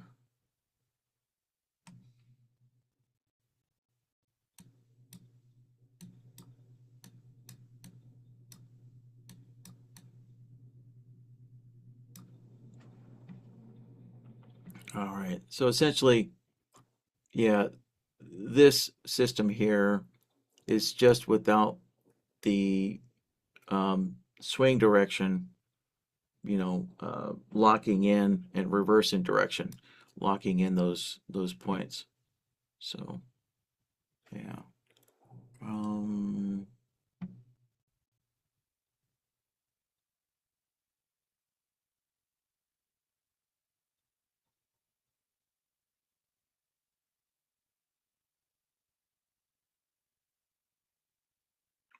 okay. All right. Well, John got what he needed out of this. Um, so let's see here. Um, yeah, I guess, what we kind of got through here is, yeah, you really have to think a lot about exactly all the other what swing point points that can interfere um, with what is developing there, as yeah. So we kind of went through a lot of um, what yeah, swing point interference there. So yeah, this is kind of a truly difficult type of system here to analyze. Um, yeah, because sometimes you get those extremely long moves, right? And then you got to ask yourself, all right, does that negate, the previous swing point that I was hoping to get a signal from, or or what? How exactly do you want to handle that? Yeah. So an extreme amount of detail that you have to be aware of, and more importantly, decide. Is that acceptable to still produce a long signal on a higher low? If price moves into some other territory when that higher low is essentially locked in or considered locked in, you know, no longer developing.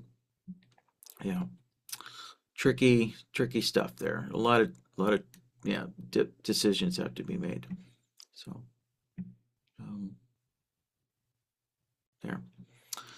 Well, all right. So at least for now, I think that's as far as we're gonna go with this. Yeah.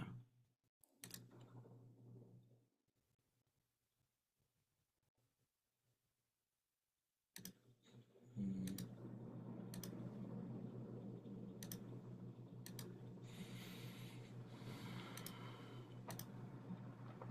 well,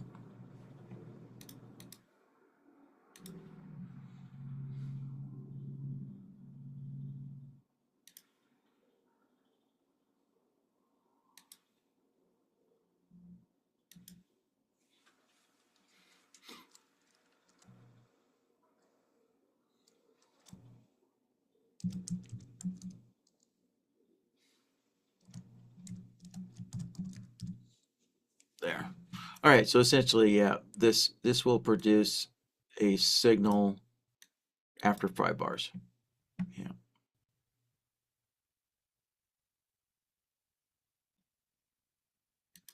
Mm,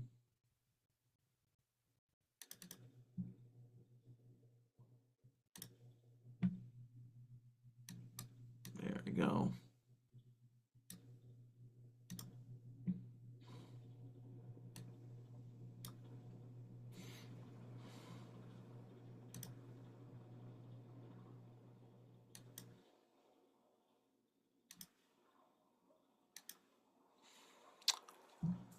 Well, let's see where we're at. Oh, wow. That one question almost took 2 hours. Holy smokes. Um, yeah, it was kind of a difficult one to slice and dice. All right, well, gentlemen, um, I'm ready for the next question here. All right, so if anybody else has any questions, let me know.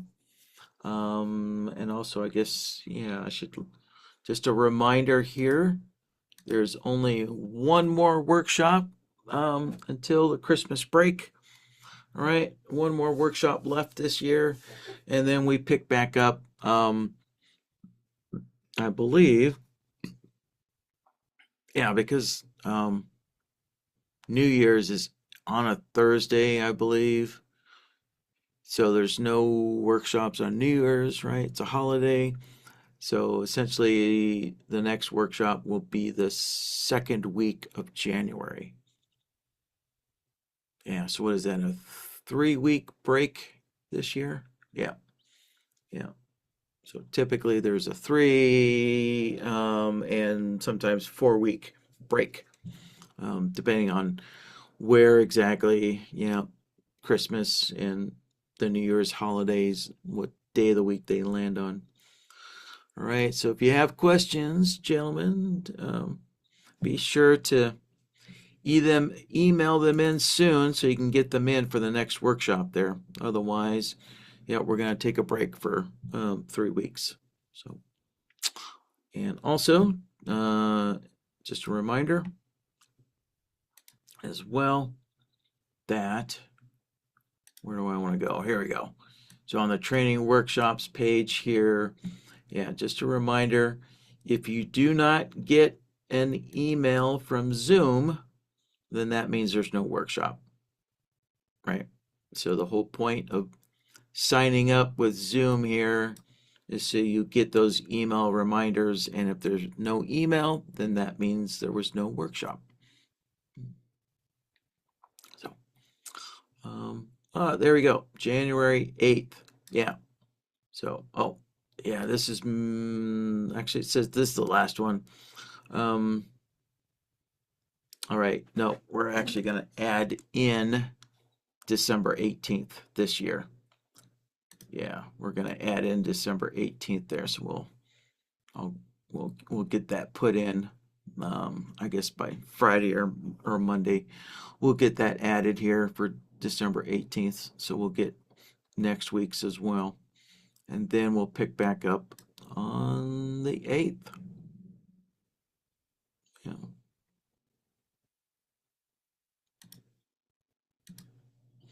So, well, let's see here. All right, looks like Doug has a question. Yeah, Doug's asking, when is technical support taking off for the holidays? I don't actually know. Usually, so we definitely don't work on the day before or the day after.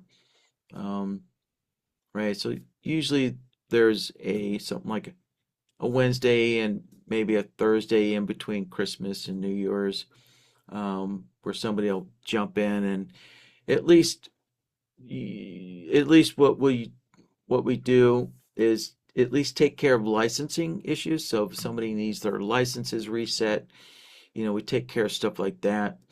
But more difficult um, questions that require a lot of time to, you know, sift through a lot of data to get an answer, then those type of questions, I guess, expect those to wait if there's not enough time. So it all depends on, how many emails come in that, have to be looked at. So if a difficult one comes in, but that's the only one that comes in, well, then there's time for that. So, yeah, we don't, because we're, like all of us Ninja vendors, we're a fairly small company, and employees like to take off time, to be with the family, whatnot. So we don't actually have any official hours like Walmart would, right? Walmart's got plenty of people to keep the store staffed, but not small businesses, right? So, hopefully it should make a lot of common sense. Just kind of pretend like it was back in the 70s and the 80s, you know, where everything kind of shut down. Some places were open, some places weren't. So, right, right. Yeah, I remember those days, man. If you didn't have what you needed by December 23rd, you were out of luck. Nobody was open, you know, the day before Christmas. Not until we got to the late 80s and 90s. And then Walmart's changed the world and the 24-hour grocery stores.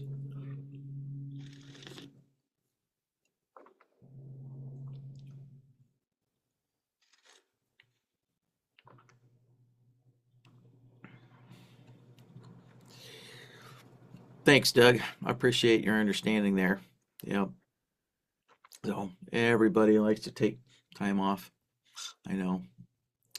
Whenever the rare times I ever do go out on Christmas or Thanksgiving, yeah, I'm always appreciative of the poor suckers that have to work that day. So, but I am absolutely glad that they somebody did work that day. But yeah, it'd be nice if they could take it off. Let's see here. All right, let's see what Albert has.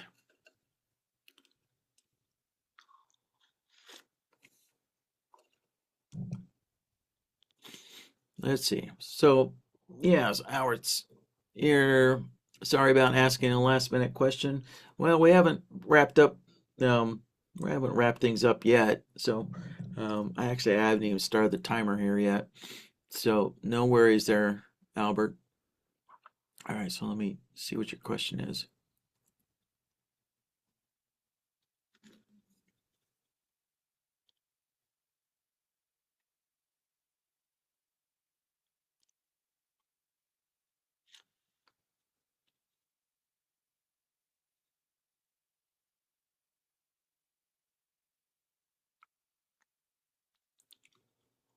Hmm.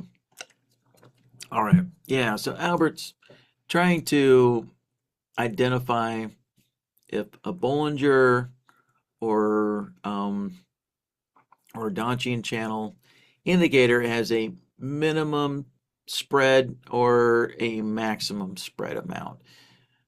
So yeah, so Bloodhound doesn't actually provide a measurement of that distance, but the comparison solver, right, allows you to put in a distance and see, are the bands a minimum distance apart or are the bands within a maximum distance apart, right? So it's pretty easy to do there, Albert. So let's get that done. Um, so let's go with the Bollinger, since that Bollinger is the most volatile of them. It's always expanding and contracting. Where is it? There we go. Bollinger. Yeah, there you go. Fun fact. The uh, Bollinger Bands is actually copyrighted or trademarked. What is it? Yeah, the name Bollinger Bands is trademarked. So you'll notice Ninja Trader did not put the word bands on there because of that, or maybe because of the copyright. So, yep. So anyways, so there's the Bollinger, and let's take out the middle band. And all right, let's see here. Number standard deviations 2, 14. We'll just go with the default settings there. And also let me kind of slim back. Actually, we use the swing highs and lows just so we can see the extension of those lines there.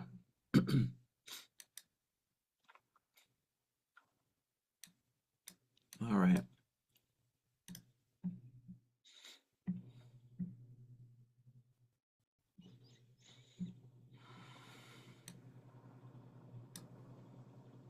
So let me make a new logic template here.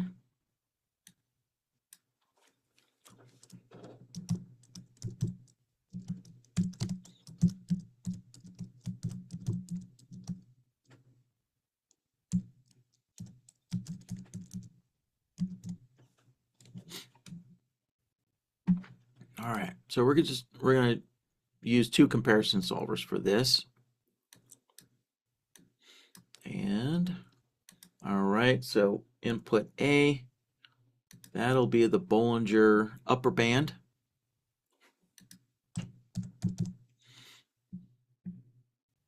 we go, Bollinger. And yeah, the upper band is already selected for us. And let's make sure 2 and 14, good to go there. All right. And input B, that'll be the lower band.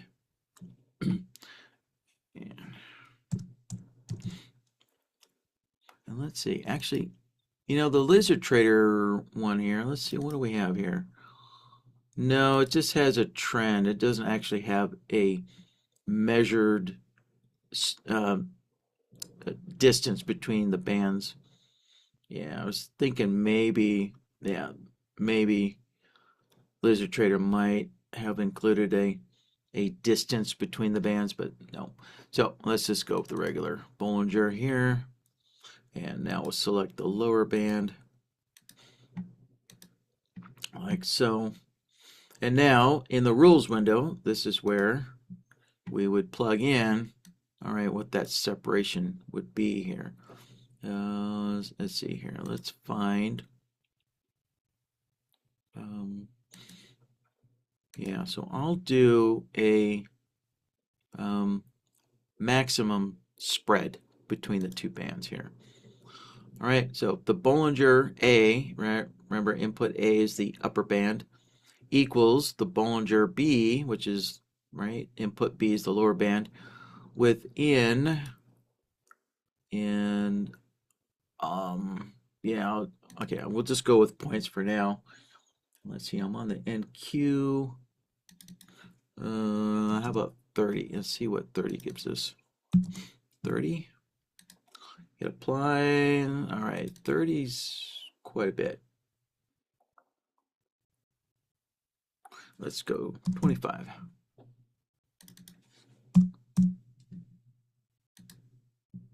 There. Yeah. All right, let's see when that band gets, those bands really tighten up, contract. There we go. All right, yeah, there we go. So we can see the bands are really contracted right there. Yeah, right there. So there we go. So there is a maximum, or what, yeah, a maximum spread of 20 points right there. Right.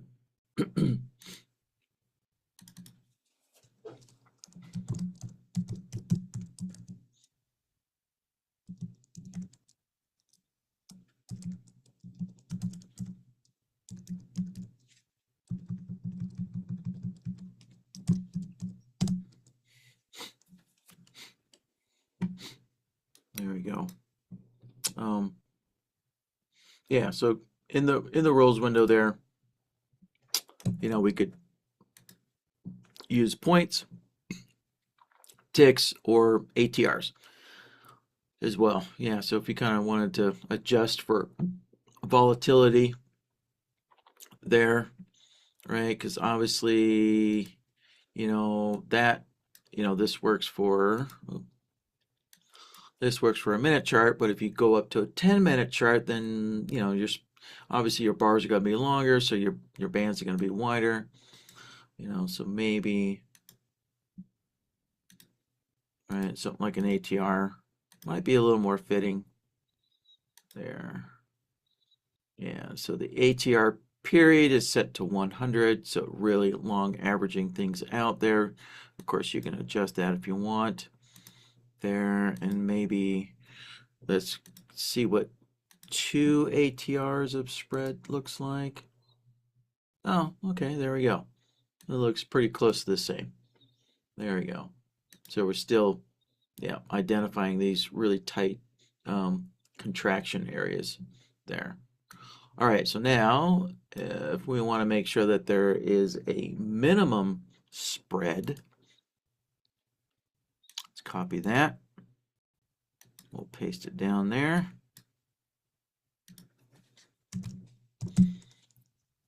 All right, so let's go with a minimum of, say, 5 ATR spread there. And actually, I left this on 2 ATRs. Yeah. All right. So let's go adjust this name as well. There we go. All right. Maximum 2 ATR and a minimum 5 ATR spread. All right. So the rules window here, all we need to do is just adjust our rules window. And this time, we're looking for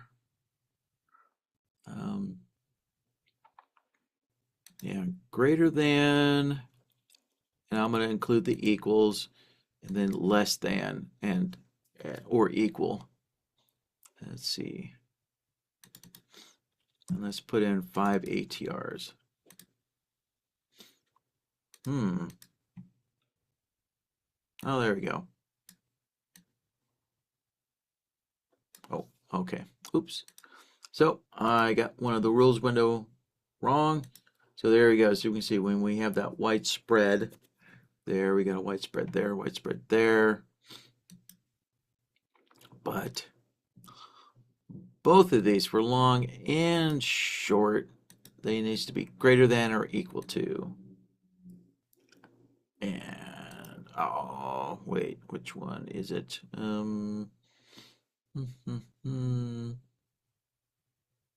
Oh, and need to change the arithmetic here. There we go. All right. Yeah, so this was a unusual setting here for the rules window here. So basically the long output and the short output need to match each other exactly, right? So they're both using greater than equals to, and we're both using plus 5 ATRs.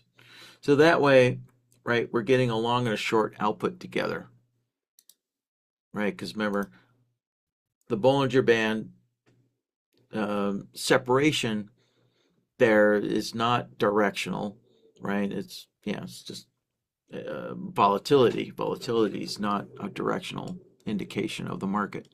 So so whenever you're identifying a something like volatility, expansion or contraction, right? Volume, those are non-market directional conditions. So you want to produce a long and a short out at the same time there. And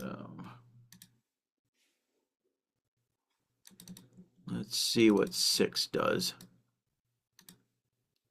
Even less. All right. Good. Yep. I'll leave this on 6. There. All right, so there you go. There's the 2 conditions there, Albert.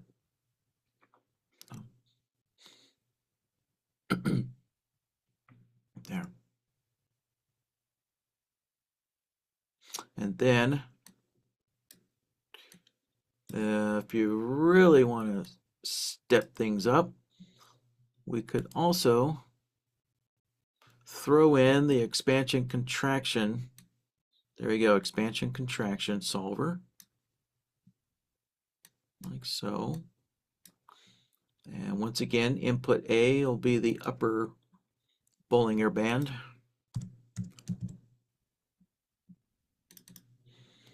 All right, yep, upper band. Input B, that will be the lower band.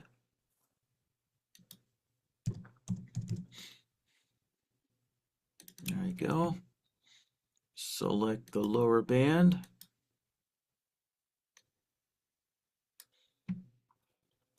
And then go into the expansion contraction rules window. And let's just look for expansion. Yeah, call it good. And if we connect these together with an AND node, there. So now we have identified when the Bollinger is expanding and it's expanded wider than 6 ATRs. Yeah. And then we could do the opposite with the 2 ATR. So let's copy this guy. Actually,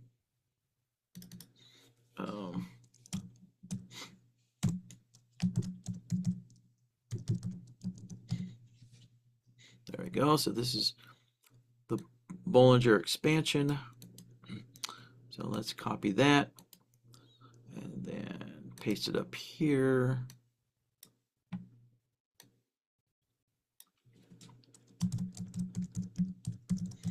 All right, we'll switch this one to contraction. So we just need to go into the rules window here and change this so that we're looking for contraction this time. Click OK. And put an AND node here as well. And let's see if we actually get anything. Let's go back here. Oh, yeah, there we go. Yeah, it's only going to find really, really tight bands together there. Yeah, so there's a couple there. All right, there we go, Albert. I think that kind of probably includes a little extra there. Let's see here.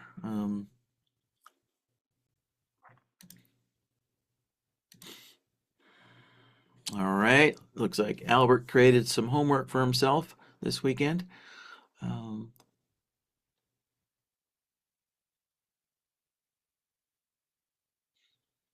Let's see. Yeah, so from consolidation to expansion. Okay, right.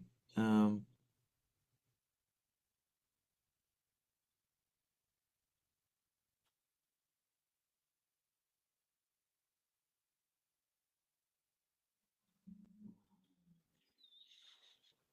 hmm.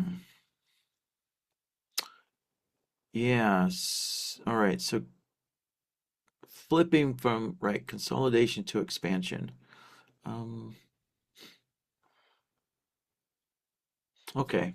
Yeah. So that's definitely a little different. Um, let's see here.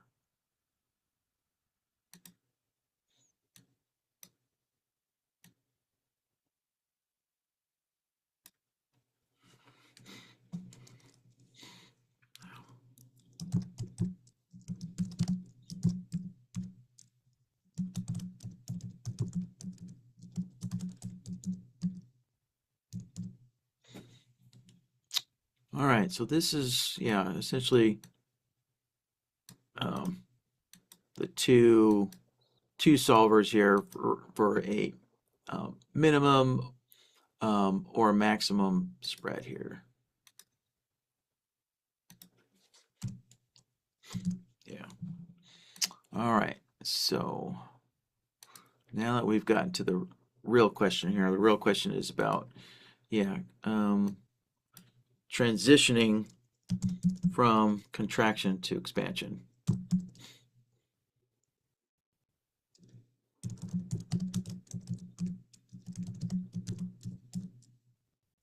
Okay.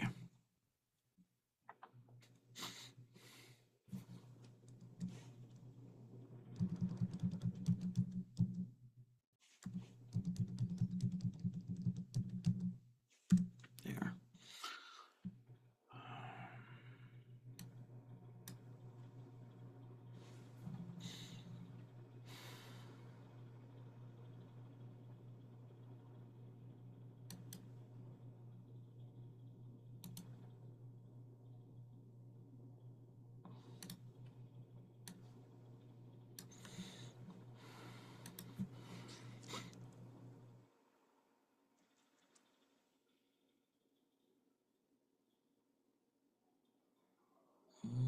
Actually, no. All right, actually, yeah, I did not need to duplicate that. So let me undo this. Okay. Oops.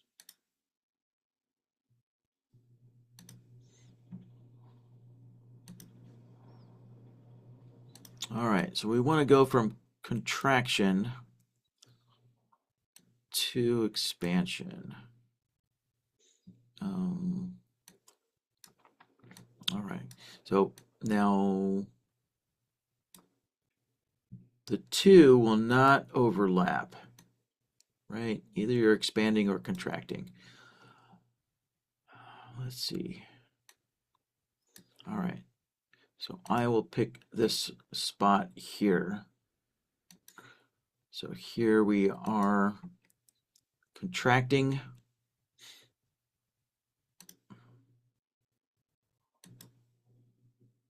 And again, contracting. And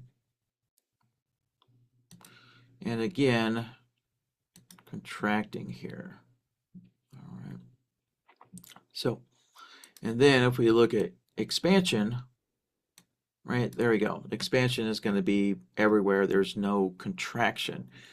So we need to get the contraction to overlap onto the expansion. And so that's how we know that the expansion just began there.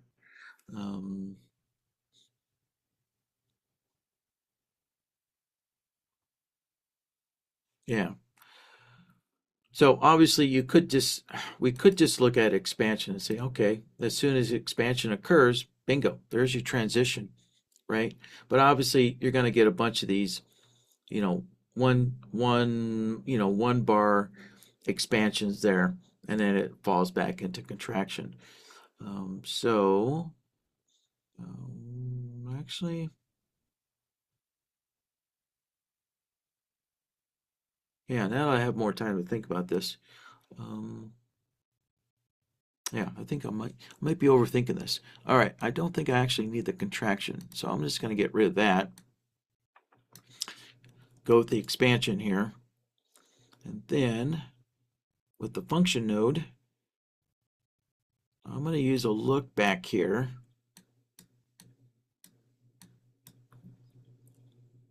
And I'm going to say, all right, I want 2 bars minimum of expansion.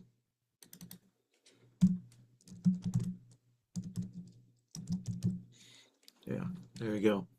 So there's 2 bars minimum of expansion, like so. Yeah. Now, so maybe prior to that, you might want a, you might want a maximum spread prior to that. So let's go with this 2 ATR spread. But then I'm going to, all right, so we need to take this maximum spread here, and oh, look at that. All right, we got one right there. Let's mark that guy. And let's see if we have any expansion. Okay, yeah, so we do get some expansion here 2 bars later, because remember we're requiring a minimum of 2 bars there. If we just look at the expansion, there we go, tightened up, and then it's expanding there. 2 bar expansion. So that means, right, this, so as I was kind of thinking earlier, when we do, when the Bollinger is contracting, you will need to take that contraction and then extend it forward into the expansion phase. So to do that, let's take a function node and let's go, signal extender here. And I guess just for good, no, actually, I I think we only need to expand for 2. Let's try 2 here first. Then now let's grab an AND node, connect those 2 together, and see what we get. Bingo, there we go. All right.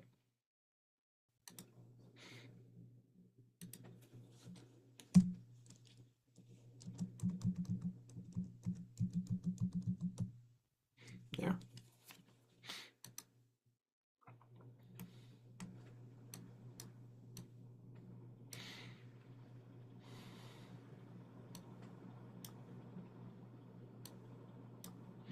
Yeah.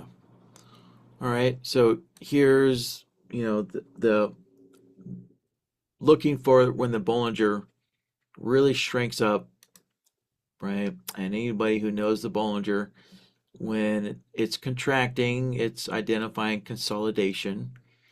And then so what this is saying is, all right, if we get at least 2 ATRs of Bollinger Band contraction there, and then extend that contraction out by 2 bars, and then see if the Bollinger is expanding, and we want 2 bars minimum of expansion. So like that. And there we have a signal. And again, this is just contraction transitioning into expansion. And of course, this doesn't tell you the direction, right? That's why we're getting a long and a short output at the same time. So you have to use some other metric here, or some other filter to identify the trend. So, yeah.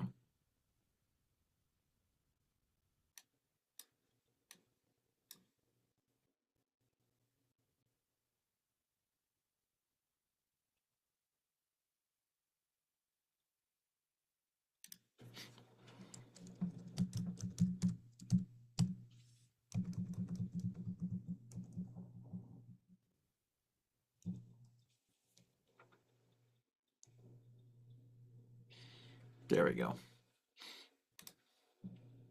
All right, let's see if there's any follow-ups on this.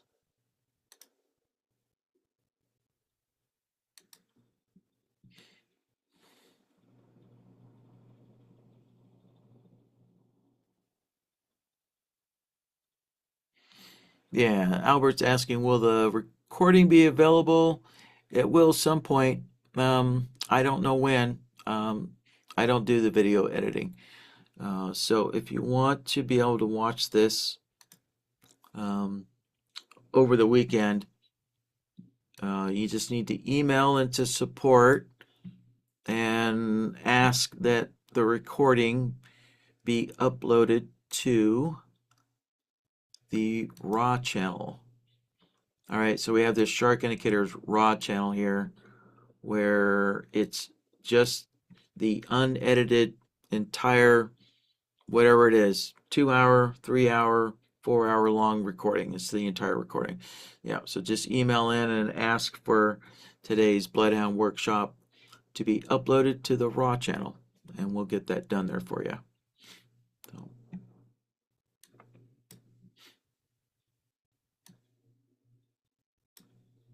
there.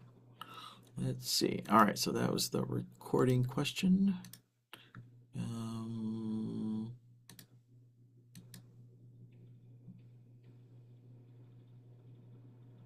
All right, good. Sounds like Albert got what he needed. Excellent. So there you go. Homework has been assigned. Yep.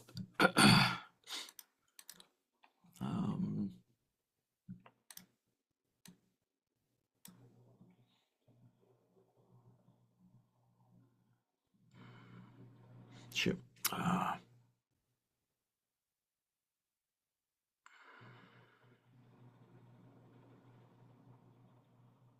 Shoot. I had something that just popped in my head real quick. Something else I was going to mention, but What was it? If I think of it, I'll I'll mention it later there, Albert. Yeah, there's something else here that just gonna make a quick mention of, but I had two things on my mind. I lost it. Um, yeah, let's see. Oh yeah, there we go. All right, a whole bunch. Yeah. Okay. Well, let me um let's see here. Yeah, let me move on to Aaron's questions here. But first, Charles says, interesting approach. Um, yeah. All right. Good. Looks like two of you guys are going to be working on this. All right. Let's see what Aaron has. Um,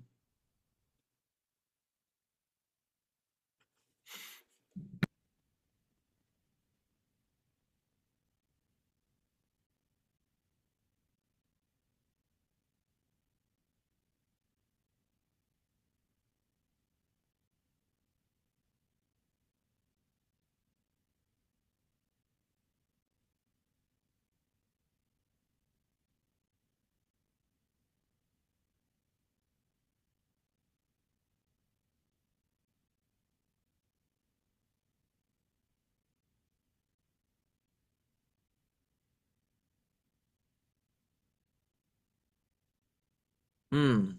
All right. So Aaron has a question about trailing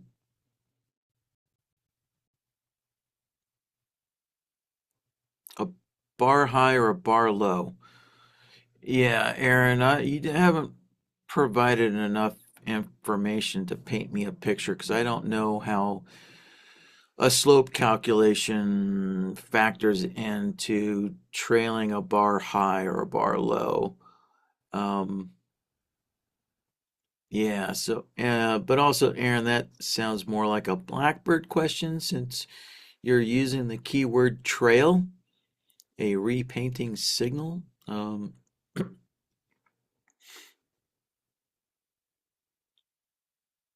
was for the other question. Oh, I see. Okay, so hold on. Let's back up. Back up. All right. So Aaron has a follow-up questions about could a slope calculation be introduced? Sure. Yeah. Yeah. You could definitely add a slope solver here to this, and you could look at I don't know the slope of the upper band or the slope of the lower band. Whichever band you want to look at the slope of, and then you can go into the slope rules here and then say, you know, you want at least, not points, but slopes are typically going to be measured in ticks. And you could say, all right, I want something like a 3/4 of a tick slope. That's usually pretty steep. So again, it depends on the instrument and the indicator and volatility and all that stuff. But yeah, you could do something like that. Um, put a slope requirement in there, Aaron. Yeah. So,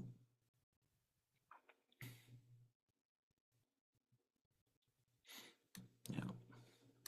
So, all right. So yeah, I'm just gonna undo that. All right. So let's get rid of that. Um,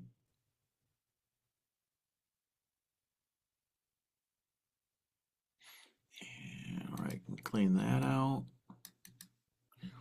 Um, So, all right, yeah, yeah, definitely bring up your trailing question tomorrow. But also, um, I need more context to understand what exactly, um,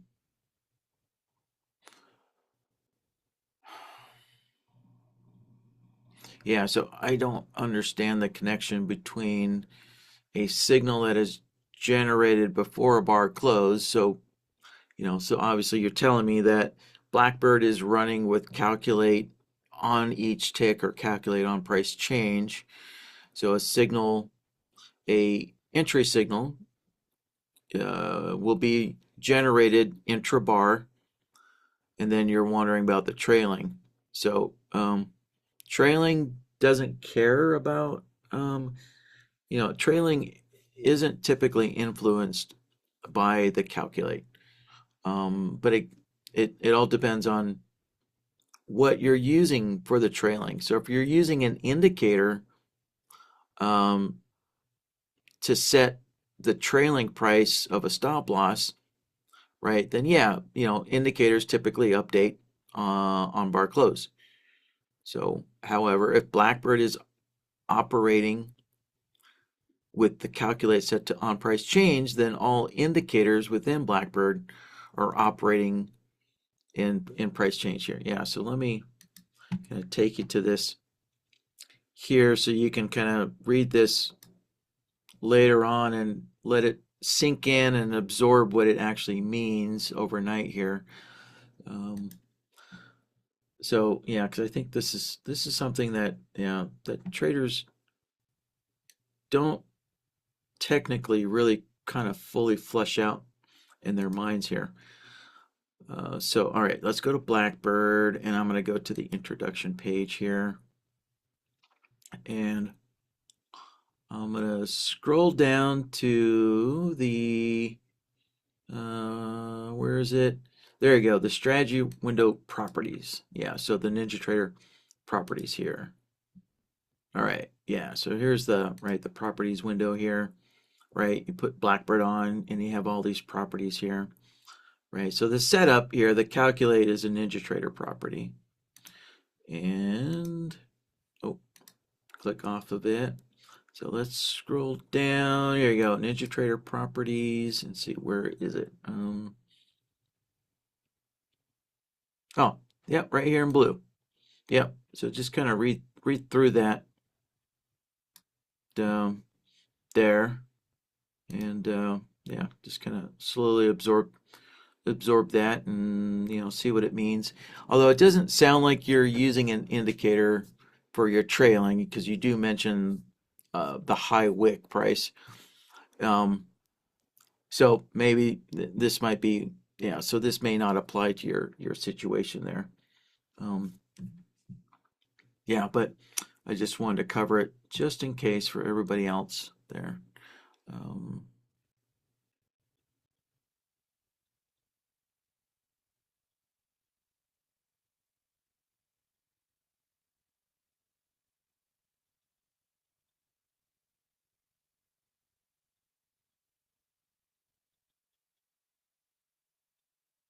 oh, okay. So this sounds like you want to trail your entry signal. Okay. Uh, yeah. So Aaron, if you could email a screenshot of a chart in to kind of illustrate what the entry order is trailing, that will help me understand exactly what you're wanting to do. But also at the same time, there's a good chance there's already a video, because there's really only so many ways that you can trail an entry order. Um, so let's see, where am I going? All right, yeah. So on the training, not trailing, training workshops page. Yeah, let's go down to the recordings here, and let's use a little search box. Let's see what trail entry order brings up.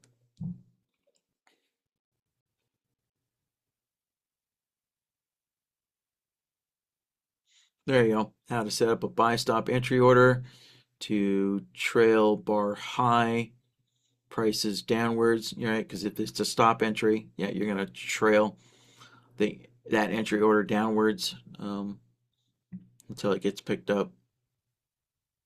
Um, there you go. And there's the opposite, trailing a limit entry order. Yeah, this is for Renko bars, but obviously. Doesn't matter what the bar type is, but yeah, you can trail a limit, a buy limit entry upwards until it gets hit by price, right? Yeah, so there's quite a few there. So there's a chance that maybe one of these um, is close enough to what you're looking for. But yeah, if not, then yeah, then send in a screenshot, kind of marking it up, showing how you're expecting that entry order to trail. So, and yep, excellent. Aaron says you can email a screenshot. Mm, And yep, Aaron is using on price change. Excellent.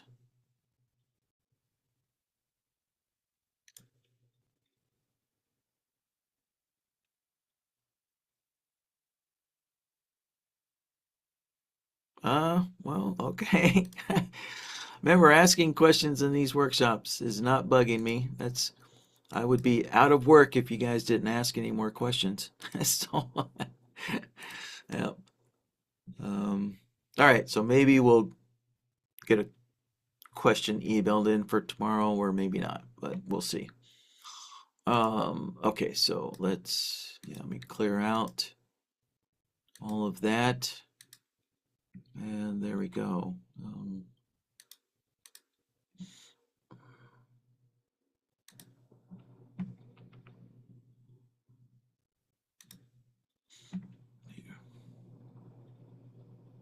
All right, yeah. So again, I just did a search for trail entry order, and this time, yeah, YouTube really kind of hit it spot on. It brought up a lot of appropriate videos this time.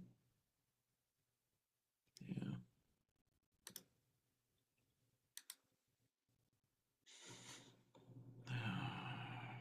So, okay, yeah, so it sounds like this calculate mode here doesn't really apply to your trailing that entry order.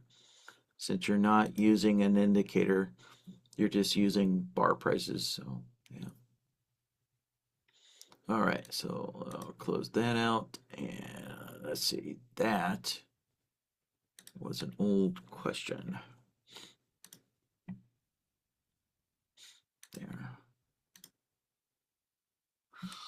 All right, gentlemen, it is the 2.5 hour mark for this workshop. So it's a pretty good long one. So with that, gentlemen, I will start the timer. I'll give everybody at least 5 minutes to see if there's any more questions I can answer today. Otherwise, if there's no more Bloodhound questions in the next 5 minutes or so, then I'll consider this workshop done for the day. All right. All right, guys, you got 5 minutes to get the next round of Bloodhound questions in here, or otherwise we'll wrap it up for today.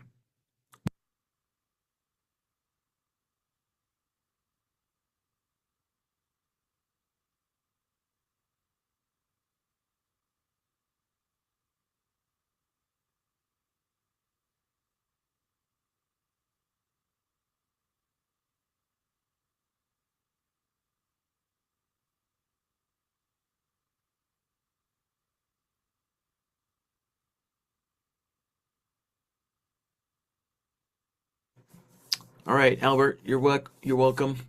Yep, have a good weekend as well.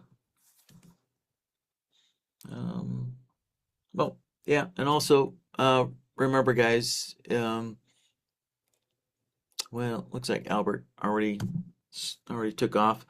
But remember, if you want a copy of the Bloodhound Workshop file, here, just remember, all you gotta do is just email into support and ask for a copy of that file, and the download link will be emailed back to you as soon as everything gets uploaded. So, yeah.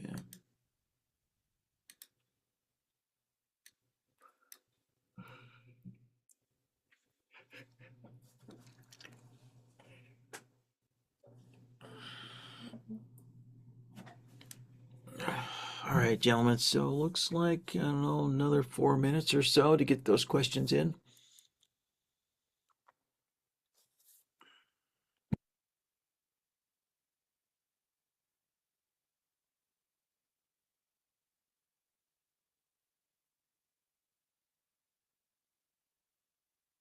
Hey, Doug, you have a good weekend too, sir. We'll see you next time. So remember, just one more workshop for this year, and then we go into the holiday break.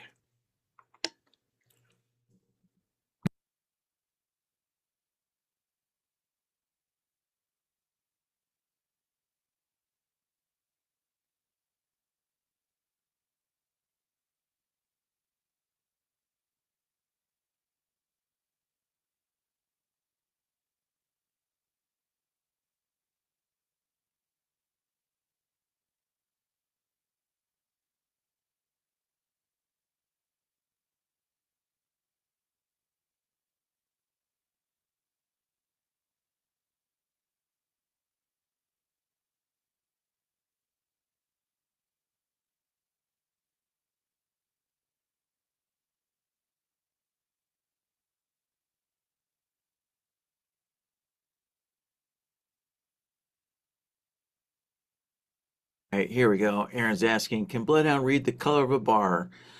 Nope, not until NinjaTrader makes that possible. Yeah, there is a video on that kind of covers like what indicators need to do to be able to read colors, but also, usually colors, when an indicator colors a bar, um, it's based on some condition. So if you can back engineer what that condition is that causes an indicator to change the bar's color, then if you know what that condition is, usually you can build that condition in Bloodhound, right? But it's a matter of back engineering, yeah, what those conditions are, for that indicator that's coloring the bar. So,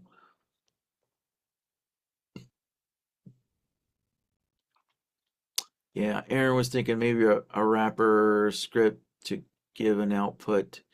Um,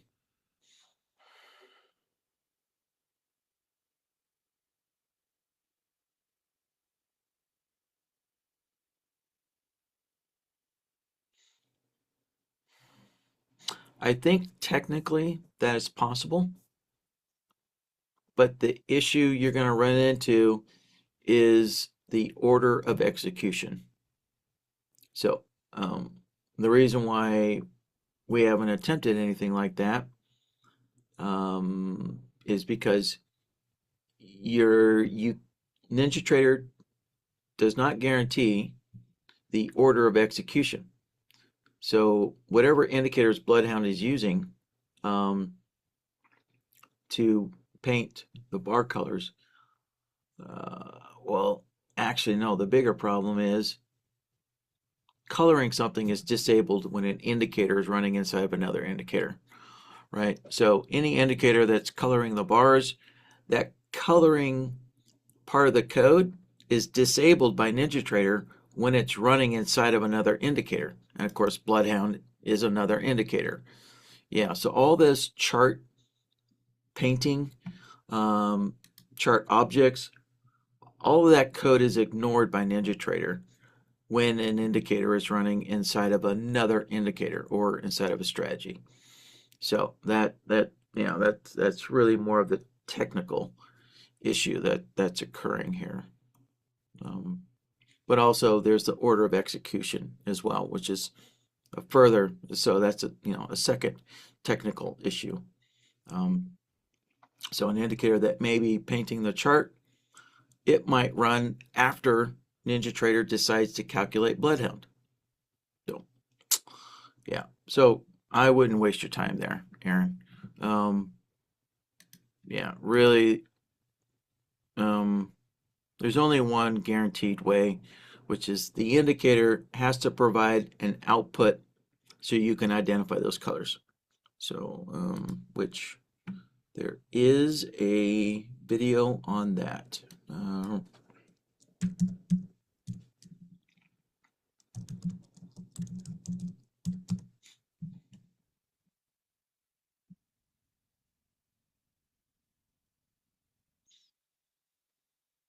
Yeah, there we go. Yeah, so that's an old video, but the concept still is the same. I think there should be a newer video here. Um, let's see, threshold solver.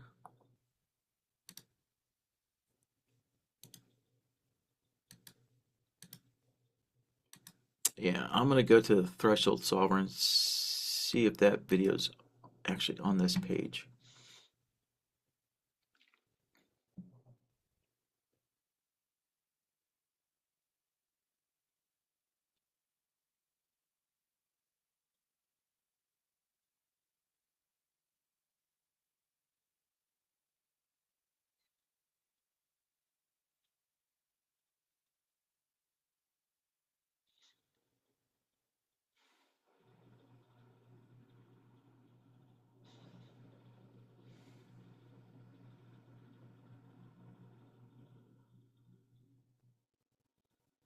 Hmm.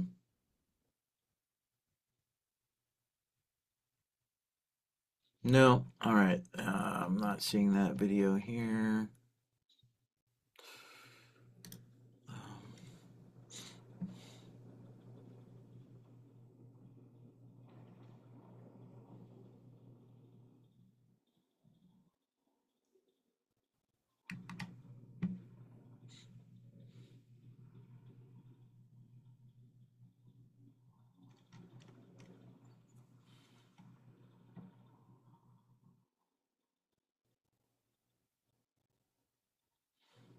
Hmm.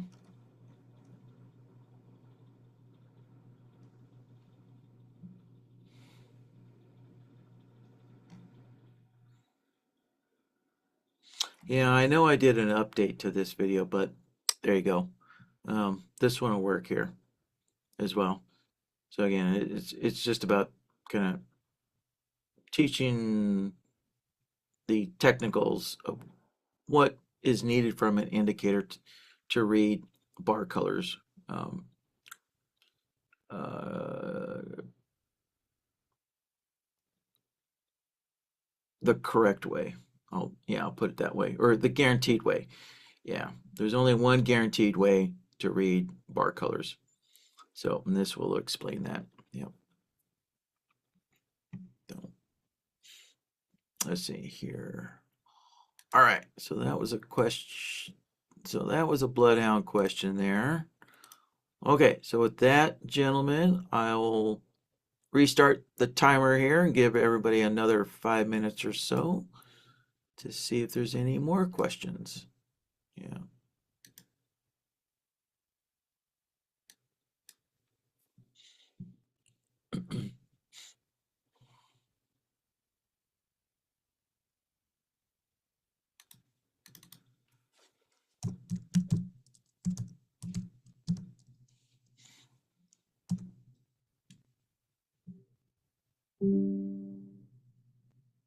Ah, all right. There you go. Keywords means, means everything. There you go. Identify colors. So here's one I was thinking of. Identifying better volume colors bars. Yeah. So there we go. So that's the new one there, 3 years old. And no, even that's well, that is a newer one, but it's still Bloodhound version 1. Hmm. Man, it seems like Bloodhound version 2 has been out longer than 3 years. Um, wow.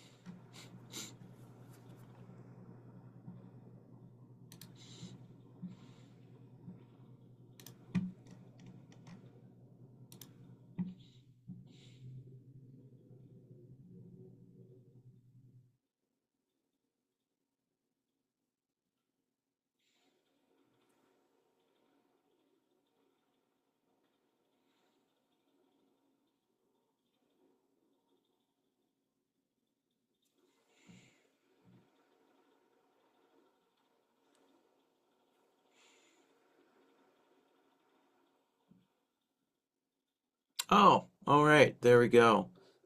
So it's actually included in the threshold solver tutorial. There we go. Identifying indicator colors using the better volume. There we go. All right, yeah, so it's just at the end of the threshold solver tutorial there. Yeah, it's going to be towards the end where, yeah, where it'll use the better volume as an example, when you use the threshold solver. So there we go. So, and yeah, this is the current threshold solver video for Bloodhound version 2. So that's what you're looking for there, Aaron. Yeah. So back to the threshold solver page. There we go. It's tucked away in that video right there.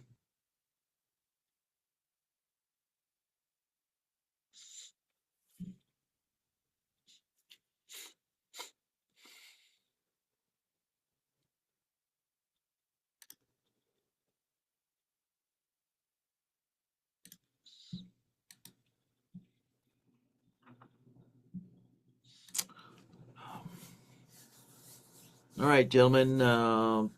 What I think about another 3 minutes or so to get the next round of questions in, or otherwise we'll wrap it up for today.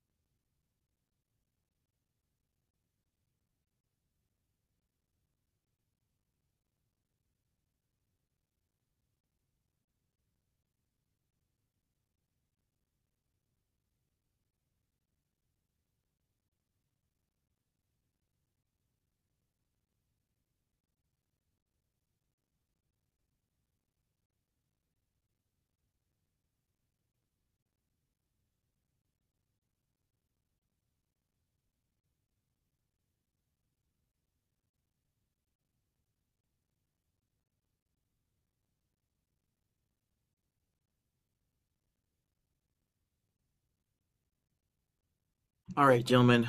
Well, it's been over 5 minutes here as I kind of got caught up reading something else. So I don't haven't seen any more questions in the last 5, 6, 7 minutes. So I think we are done for today because we're basically at the 3 hour mark, which is pretty good for a Bloodhound workshop. So all right. So with that, gentlemen, I'll sign out here. And just a reminder, if you want a copy of today's Bloodhound file, all you need to do is just email support and ask for the download. Ask for the download link of the Bloodhound workshop file, and we'll get that over to you. And as you probably know, if you have Blackbird questions, then I will see you tomorrow. All right. Otherwise, have a good weekend and see you next time. Bye bye, guys.